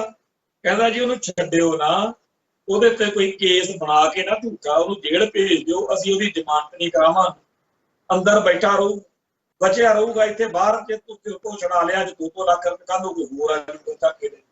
ਇਹੋ ਜਿਹੇ ਤਾਂ ਇਸ ਤਰੀਕੇ ਨਾਲ ਤਾਂ ਲੋਕਾਂ ਨੂੰ ਲੁੱਟਿਆ ਜਾਂਦਾ ਰਿਹਾ। ਅੱਜ ਉਹਨਾਂ ਦੇ ਧੀਆਂ ਪੁੱਤ ਬਾਹਰ ਬੈਠ ਕੇ ਕਹਿੰਦੇ ਜੀ ਸਾਨੂੰ ਤਾਂ ਬੜਾ ਮਾਣ ਆ, ਅਸੀਂ ਤਾਂ ਦੇਸ਼ ਭਗਤੀ ਕੀਤੀ ਆ, ਅਸੀਂ ਉਹ ਦੇਸ਼ ਦੇ ਕਹਿੰਦਾ ਉਲਟ ਬੰਦੇ ਸੀ। ਕਿਹੜਾ ਦੇਸ਼? ਉਹ ਦੇਸ਼ ਜਿਹੜਾ ਸਿੱਖੀ ਅਤੇ ਸਿੱਖਾਂ ਦਾ ਘਾਣ ਕਰਨ ਨੂੰ ਤਿਆਰ ਆ ਹਰ ਵੇਲੇ। ਸਿੱਖਾਂ ਦਾ ਧਰਮ, ਆਪਦੇ ਧਰਮ ਨੂੰ, ਆਪਦੀ ਬੋਲੀ ਨੂੰ, ਆਪਦੇ ਸੱਭਿਆਚਾਰ ਨੂੰ ਬਚਾਉਣਾ, ਇਹ ਤਾਂ ਕੋਈ ਮਾੜੀ ਗੱਲ ਨਹੀਂ ਹੈ। ਤੇ ਜਿਹੜੇ ਲੋਕਾਂ ਨੇ ਭਾਰਤੀ ਹਕੂਮਤੀ ਤੰਤਰ ਦੀਆਂ ਸਿੱਖ ਵਿਰੋਧੀ ਨੀਤੀਆਂ ਦਾ ਵਿਰੋਧ ਕੀਤਾ, ਜਿਹੜੇ ਇੰਡੀਅਨ ਸਟੇਟ ਟੈਰਰਿਜ਼ਮ ਦਾ ਸ਼ਿਕਾਰ ਲੋਕ ਨੇ, ਉਹਨਾਂ ਲੋਕਾਂ ਨੂੰ ਹੁਣ ਤੁਸੀਂ ਕਹਿੰਦੇ ਹੋ ਵੀ ਬੋਲਣ ਮੰਨਣ, ਇਹ ਚੰਗੀ ਤੁਹਾਡੀ ਦੇਸ਼ ਭਗਤੀ ਆ। ਜਿਹੜੀ ਫਰੀडम ਆਫ ਸਪੀਚ ਦੀਆਂ ਵੜਕਾਂ ਮਾਰਦੇ ਹੋ, ਜਿਹੜੀ ਕਹਿੰਦੇ ਹੋ ਕਿ ਸਾਰਿਆਂ ਨੂੰ ਸਮਾਨਤਾ ਵਾ, ਸੁਤੰਤਰਤਾ ਵਾ, ਆਪਦੀ ਗੱਲ ਕਹਿਣ ਦੀ ਆਜ਼ਾਦੀ ਹੈ, ਇਹ ਉਹਨਾਂ ਦੀ ਆਵਾਜ਼ ਨੂੰ ਦਰੜ ਦੇਣ ਤੱਕ ਜਾਣਾ ਤੇ ਇਹ ਕਹਿਣਾ ਕਿ ਇਹ ਕਿਵੇਂ ਹੋ ਸਕਦਾ ਬਈ ਸਾਡੇ ਜ਼ੁਲਮਾਂ ਬਾਰੇ ਕੋਈ ਬੰਦਾ ਬੋਲੇ, ਅਸੀਂ ਜੋ ਮਰਜ਼ੀ ਕੀਤਾ ਜੀ, ਸਾਨੂੰ ਜ਼ਕਰੀਆ ਖਾਨ ਕਿਵੇਂ, ਔਰ ਪਾਪੀ ਨੂੰ ਪਾਪੀ ਨਾ ਹੋਵੇ। ਆ ਪਿੱਛੇ ਜੇ KPS ਗੱਲ ਵਾਲੀ ਕਿਤਾਬ ਜਦੋਂ ਮੇਰੀ ਆਈ ਉੱਚੜ ਪੰਜਾਬ, ਉਦੋਂ ਵੀ ਉਹਦੇ ਪਰਿਵਾਰ ਨੇ ਬੜਾ ਹਾਹੇ ਕਲਾਪ ਕੀਤਾ, ਕਹਿੰਦੇ ਜੀ ਉਹਨੂੰ ਬੁੱਚੜ ਕਿਉਂ ਕਹਿੰਦੇ। ਹੁਣ ਬੁੱਚੜਪੁਣਾ ਕਰਨ ਵਾਲੇ ਨੂੰ ਬੁੱਚੜ ਹੀ ਕਹਾਂ। ਗੋਡੇ ਨਾਲ ਤਾਂ ਗੋਰੇ ਚੰਗੇ ਸੀ। ਜਦੋਂ ਜਨਰਲ ਡਾਇਰ ਨੇ ਦਰਬਾਰ ਸਾਹਿਬ ਦੀ ਧਰਤੀ ਉੱਤੇ ਖੂਨ ਦੀ ਹੋਲੀ ਖੇਡੀ, ਉਹਨਾਂ ਨੇ ਠੋਕ ਵਜਾ ਕੇ ਬੁੱਚੜ ਆਫ ਅੰਮ੍ਰਿਤਸਰ ਕਿਤਾਬ ਲਿਖੀ, ਉਹ ਗੋਰੇ ਨੇ ਲਿਖੀ ਆ, ਉਹ ਗੋਰਿਆਂ ਚੋਂ ਸੀ। ਤੇ ਇੱਥੇ ਸਿੱਖਾਂ ਉੱਤੇ ਜ਼ੁਲਮ ਕਰਨ ਵਾਲੇ ਬੰਦਿਆਂ ਦੇ ਵਾਰਸ ਕਹਿੰਦੇ ਜੀ ਸਾਨੂੰ ਜ਼ਾਲਮ ਨਾ ਕਹੋ, ਸਾਨੂੰ ਬੁੱਚੜ ਨਾ ਕਹੋ। ਹੁਣ ਜਦੋਂ ਕੋਈ ਬੰਦਾ ਕਿਸੇ ਨੂੰ ਕੁੱਟਦਾ ਤਾਂ ਉਹੀ ਕਹਿੰਦਾ ਮੈਂ ਤੈਨੂੰ ਕੁੱਟਿਆ, ਇਹ ਥੋੜੀ ਕਹਿੰਦਾ ਮੈਂ ਤੈਨੂੰ ਪਿਆਰ ਕੀਤਾ। ਤੇ ਬਾਅਦ ਜੋ ਬੰਦਾ ਵੀ ਇਹ ਕਹੂਗਾ ਮੈਨੂੰ ਇਹ ਕੁੱਟਿਆ। ਇਵੇਂ ਹੀ ਇਸ ਵੇਲੇ ਉਹ ਜਿਹੜੇ ਪੀੜਤ ਪਰਿਵਾਰ ਨੇ ਉਹ ਇਹੀ ਕਹਿਣਗੇ ਕਿ ਸਾਡੇ ਤੇ ਜ਼ੁਲਮ ਹੋਇਆ, ਕਿਉਂਕਿ ਉਹਨਾਂ ਤੇ ਜ਼ੁਲਮ ਹੋਇਆ। ਤੇ ਜ਼ੁਲਮ ਕਰਨ ਵਾਲੇ ਜਿਹੜੇ ਨੇ ਉਹ ਕਹਿੰਦੇ ਆ ਹੁਣ ਇਹਦੇ ਅੱਖਰ ਕਿਹੜਾ ਵਰਤਣਾ, ਅੱਖਰ ਦਾ ਉਹ ਵੀ ਅਸੀਂ ਦੱਸਾਂਗੇ। ਤੇ ਅੱਖਰ ਤਾਂ ਇੱਕ ਪਾਸੇ, ਉਹ ਕਹਿੰਦੇ ਗੱਲ ਹੀ ਨਾ ਕਰੋ ਜੀ, ਛੱਡੋ ਪਰ ਇਹਨਾਂ ਨੂੰ, ਬਸ ਜਿਹੜਾ ਕੁਛ ਅਸੀਂ ਕਰਨਾ ਸੀ ਕਰਤਾ, ਅਸੀਂ ਤਾਂ ਬੜੀ ਸੇਵਾ ਕਰਤੀ ਜੀ ਇਹਨਾਂ ਲੋਕਾਂ। ਉਹ ਜਿਹੜਾ ਇਸ ਤਰੀਕੇ ਦਾ ਚੱਲ ਪਿਆ ਹੈਗਾ ਚੱਕਰ ਵੀ ਅਸੀਂ ਤਾਂ ਜੀ ਹੁਣ ਜੋ ਕਰਨਾ ਸੀ ਠੋਕ ਕੇ ਕੀਤਾ, ਤੇ ਹੁਣ ਸਾਨੂੰ ਕਿਸੇ ਦੀ ਪਰਵਾਹ ਨਹੀਂ। ਤੇ ਅਸੀਂ ਬਾਹਰਲੇ ਮੁਲਕਾਂ 'ਚ ਕਈ ਨੇ ਜਿਹੜੇ ਅੱਜ ਵੀ ਕਲੇਮ ਕਰਦੇ ਆ। ਮੈਂ ਪਿੱਛੇ ਜਿਹੇ ਇੱਕ ਵਾਰੀ ਇਹ ਵੀ ਗੱਲ ਪ੍ਰੋਗਰਾਮ 'ਚ ਆਪਦਾ ਕੀਤਾ ਸੀ ਵੀ ਜਿਹੜੇ ਜ਼ਾਲਮ ਤੇ ਬੁੱਚੜ ਪੁਲਸੀਆਂ ਦੇ ਨਿਆਣੇ ਆ, ਜਿਨ੍ਹਾਂ ਨੂੰ ਇਸ ਗੱਲ ਦਾ ਹੈਗਾ ਕਿ ਸਾਡੇ ਘਰਦਿਆਂ ਨੇ ਗਲਤ ਕੀਤਾ, ਉਹਨਾਂ ਦੇ ਬਾਰੇ ਤਾਂ ਚਲੋ ਅਸੀਂ ਕੁਝ ਸੁਣ ਸਕਦੇ ਹਾਂ, ਪਰ ਆ ਵੀ ਤਾਂ ਹੈਗੇ ਨੇ ਜਿਹੜੇ ਦਾਅਵਾ ਕਰਦੇ ਆ ਲਓ ਜੀ ਅਸੀਂ ਤਾਂ ਜਿਹੜਾ ਹੈਗਾ ਸਾਨੂੰ ਤਾਂ ਬੜਾ ਫਖਰ ਆ, ਕਹਿੰਦੇ ਉਹਨੇ ਜੋ ਕੀਤਾ ਠੀਕ ਕੀਤਾ, ਕਹਿੰਦੇ ਉਹ ਤਾਂ ਤਾਲਬਾਨਾਂ ਨਾਲੋਂ ਮਾੜੇ ਸੀ। ਹਾਂ, ਉਹ ਤਾਲਬਾਨਾਂ ਨਾਲੋਂ ਮਾੜੇ ਸੀ। ਤੇ ਜਿਹੜੇ ਜਨਰਲ ਸਿਨਹਾ ਵਰਗੇ ਸ਼ਰੇਆਮ ਐਲਾਨ ਕਰਦੇ ਸੀ ਕਿ ਸਿੱਖਾਂ ਦੀ ਨਸਲ ਬਦਲ ਦਿਆਂਗੇ, ਕਿਵੇਂ ਬਦਲਦੀ ਹੁੰਦੀ ਹੈ ਨਸਲ। ਜਿਨ੍ਹਾਂ ਨੇ 6-6 ਮਹੀਨੇ ਦੀਆਂ ਬੱਚੀਆਂ, ਜਿਨ੍ਹਾਂ ਨੇ ਬਜ਼ੁਰਗ ਮਾਈਆਂ, ਜਿਨ੍ਹਾਂ ਨੇ ਔਰਤਾਂ, ਬੀਬੀਆਂ, ਭੈਣਾਂ, ਬੱਚੀਆਂ, ਬਜ਼ੁਰਗਾਂ ਕਿਸੇ ਨੂੰ ਛੱਡਿਆ ਨਹੀਂ, ਕੋਈ ਖੇਤ ਚੋਂ ਚੱਕ ਲਿਆ, ਕੋਈ ਘਰੋਂ ਚੱਕ ਲਿਆ, ਚੱਕ ਕੇ ਕਤਲ ਕਰ ਦਿੱਤੇ। ਤੇ ਜਿਹੜੇ ਦਿੱਲੀ 'ਚ ਜਾਂ ਪੰਜਾਬ ਤੋਂ ਬਾਹਰ 1984 ਤੋਂ ਬਾਅਦ ਆ ਹੁਣ ਦੇਖ ਲਓ, ਆ ਜਿਹੜੀ ਅੱਜ ਆਪਾਂ ਖਬਰ ਦੀ ਚਰਚਾ ਕਰਦੇ, ਅਲਰਟ ਭੇਜਤਾ ਜੀ ਹਿੰਦੂ ਤਵੀਆਂ ਨੇ, ਹਿੰਦੂ ਤਵੀਆਂ ਨੂੰ ਕਹਿੰਦੇ ਖਤਰਾ ਵਾ, ਏਜੰਸੀਆਂ ਨੇ ਅਲਰਟ ਕਰਤਾ ਵਾ। ਤੇ ਇਹਦੇ ਬਹਾਨੇ ਹੁਣ ਪਤਾ ਨਹੀਂ ਕਿੰਨਿਆਂ ਕਦੇ ਵਿਚਾਰਿਆਂ ਦੇ ਜਿਹੜਾ ਹੈਗਾ ਘਾਣ ਕਰਨਾ। ਕੋਈ ਪੱਜ ਚਾਹੀਦਾ ਹੁੰਦਾ, ਕੋਈ ਬਹਾਨਾ ਚਾਹੀਦਾ ਹੁੰਦਾ। ਜਦੋਂ ਵੀ ਕੋਈ ਲੀਡਰ, ਕੋਈ ਦਿੱਲੀ ਤੋਂ ਵੱਡਾ ਵਜ਼ੀਰ ਮੰਤਰੀ ਆਉਂਦਾ ਹੁੰਦਾ ਸੀ ਇੰਡੀਆ ਪੰਜਾਬ, ਤਾਂ ਉਹਨਾਂ ਨੇ ਇੱਥੇ ਸਾਰੇ ਉਸ ਇਲਾਕੇ ਦੇ ਜਿਹੜੇ ਪੰਥਕ ਸੋਚ ਵਾਲੇ ਲੋਕ ਸੀ ਉਹਨਾਂ ਨੂੰ ਥਾਣੇ 'ਚ ਸੱਦਣਾ। ਬੜਾ ਏਦਾਂ ਚੱਲਦਾ ਰਿਹਾ। ਹੁਣ ਵੀ ਹਰ 6 ਮਹੀਨੇ ਬਾਅਦ, 4 ਮਹੀਨੇ ਬਾਅਦ ਘਰੋਂ ਜਦੋਂ ਪੁਲਿਸ ਵਾਲੇ ਆਉਂਦੇ ਆ ਘਰਾਂ 'ਚ ਤੇ ਉਹ ਲਿਖਦੇ ਆ, ਫਾਈਲਾਂ ਜੀਆਂ ਬਣਾਉਂਦੇ ਆ। ਇੱਥੇ ਕਈ ਮੇਰੇ ਵੱਲ ਵੀ ਆ ਜਾਂਦੇ ਸੀ, ਪਿੰਡ ਵੀ ਰਹਿੰਦੇ ਸੀ, ਕਈ ਵਾਰ ਮਾਪੇ ਫਿਰਦ ਸੀ, ਉਹਨਾਂ ਨੇ ਕਹਿਣਾ ਵੀ ਉਹ ਦਿੱਲੀੋਂ ਆਏ ਨੇ ਜਾਂ ਫਲਾਣੇ ਥਾਂ ਤੋਂ। ਉਹੀ ਗੱਲਾਂ ਪੁੱਛ ਕੇ, ਹਾਂਜੀ ਭੈਣ ਭਰਾ ਕਿੰਨੇ ਆ, ਮਾਪੇ ਕਿੱਥੇ, ਭੈਣ ਕਿੱਥੇ, ਬਈਆਂ ਭੈਣਾਂ, ਸਾਰਾ ਡਾਟਾ ਜਿਹਾ ਲਿਖ ਕੇ ਲੈ ਜਾਂਦੇ। ਅਸਲ ਵਿੱਚ ਇੱਕ ਟਹਿਰ ਫਲਾਈ ਰੱਖਣਾ ਕਿ ਅਸੀਂ ਤੁਹਾਡੇ ਘਰੇ ਆਏ ਆ, ਅਸੀਂ ਜਦੋਂ ਜੀ ਕਰਦਾ ਤੁਹਾਨੂੰ ਲੈ ਕੇ ਜਾ ਸਕਦੇ ਹਾਂ, ਜਦੋਂ ਜੀ ਕਰਦਾ ਚੱਕ ਕੇ ਤੁਹਾਨੂੰ ਜਿਹੜੇ ਮਰਜ਼ੀ ਕੇਸ ਵਿੱਚ ਪਾ ਸਕਦੇ ਆ। ਇਹ ਜਿਹੜੀ ਖੇਡ ਆ ਇਹ ਲਗਾਤਾਰ ਚੱਲ ਰਹੀ ਹੈ। ਲਗਾਤਾਰ ਜਿਹੜਾ ਲੋਕਾਂ ਦੇ ਸਿਰ ਦੇ ਉੱਤੇ ਨਾ ਇੱਕ ਜਿਵੇਂ ਤਲਵਾਰ ਧਾਗੇ ਨਾਲ ਬੰਨ ਕੇ ਲਮਕਾਈ ਹੁੰਦੀ ਆ, ਏਦਾਂ ਸਿੱਖਾਂ ਦੇ ਉੱਤੇ ਲਮਕਾਈ ਜਾ ਰਹੀ। ਇਹ ਸਿੱਖ ਮਾਨਸਿਕਤਾ ਨੂੰ ਬਹਿਲਾਈ ਰੱਖਣ ਦਾ, ਸਿੱਖਾਂ ਨੂੰ ਡਰਾਈ ਰੱਖਣ ਦਾ ਜਿਹੜਾ ਪ੍ਰੋਜੈਕਟ ਵਾ ਇਹ ਚੱਲ, ਔਰ ਇਸ ਪ੍ਰੋਜੈਕਟ ਦੇ ਵਿੱਚ ਜਿਹੜੀਆਂ ਸਾਡੀਆਂ ਕੌਮੀ ਭਾਵਨਾਵਾਂ ਨਾਲ ਜੁੜੇ ਹੋਏ ਲੀਡਰ ਜਾਂ ਜਥੇਬੰਦੀਆਂ ਨੇ, ਉਹਨਾਂ ਨੂੰ ਬੜਾ ਸੋਚ ਨਾਲ ਚੱਲਣ ਦੀ ਲੋੜ ਆ। ਉਹਨਾਂ ਨੂੰ ਇੱਕ ਤਾਂ ਇਹ ਦਹਿਸ਼ਤ ਜਿਹੜੀ ਆ ਉਹ ਪੈਣ ਨਹੀਂ ਦੇਣੀ, ਇਹ ਏਜੰਡਾ। ਦੂਜਾ ਹੈਗਾ ਉਹਨਾਂ ਦਾ ਇਹ ਕਿ ਜਿਨ੍ਹਾਂ ਲੋਕਾਂ ਨੂੰ ਸਟੇਟ ਵਿਕਟਮ, ਜਿਨ੍ਹਾਂ ਨੂੰ ਇਹ ਬਣਾਉਂਦੀ ਆ, ਦਾ ਸ਼ਿਕਾਰ ਬਣਾਉਂਦੀ ਆ ਸਟੇਟ ਪਾਲਿਸੀ, ਉਹਨਾਂ ਦਾ ਸਾਥ ਦੇਣਾ। ਜਿਹੜੇ ਹੁਣ ਮੁੰਡੇ 3 ਜਣੇ ਫੜੇ ਗਏ ਆ, ਇਹਨਾਂ ਦੇ ਹੱਕ ਵਿੱਚ ਬਿਆਨਬਾਜ਼ੀ ਕਰਨੀ, ਇਹਦੇ ਪਰਿਵਾਰਾਂ ਨੂੰ ਮਿਲਣਾ, ਇਹਨਾਂ ਦੇ ਜਿਹੜਾ ਕਾਨੂੰਨ ਦੀ ਲੜਾਈ ਆ ਉਹ ਲੜਨੀ ਤੇ ਅਦਾਲਤਾਂ 'ਚ ਸਾਬਤ ਕਰਨਾ ਕਿ ਆਹ ਲੋ। ਪਰ ਇਹ ਬੜੇ ਅਜੀਬੋ ਗਰੀਬ ਕੰਮ ਨੇ ਕਿ ਜਿਹਨੂੰ ਜਦੋਂ ਜੀ ਕਰਦਾ ਚੱਕ ਕੇ ਪਾ ਸਕਦੇ ਆ ਅਦਾਲਤਾਂ 'ਚ, ਕਲਪਦੇ ਮਰ ਜਾਂਦੇ ਆ। ਤੇ 30 ਸਾਲ, ਮਤਲਬ ਆਹ ਹੁਣ ਭਾਈ ਲਾਲ ਸਿੰਘ ਦਾ ਕੇਸ, ਭਾਈ ਲਾਲ ਸਿੰਘ ਅਕਾਲਗੜ੍ਹ ਜਿਹੜਾ 1992 ਦਾ ਜੇਲ੍ਹ 'ਚ ਬੰਦ ਵਾ, ਉਹਨੂੰ ਉਮਰ ਕੈਦ ਹੋਈ। ਮੈਂ ਜਦੋਂ 2008 'ਚ ਜੇਲ੍ਹ ਗਿਆ 90, ਉੱਥੇ ਮੈਂ ਦੇਖਿਆ ਇਹ ਕਈ ਸੀ ਪੰਜਾਬ ਦੀਆਂ ਜੇਲ੍ਹਾਂ 'ਚ।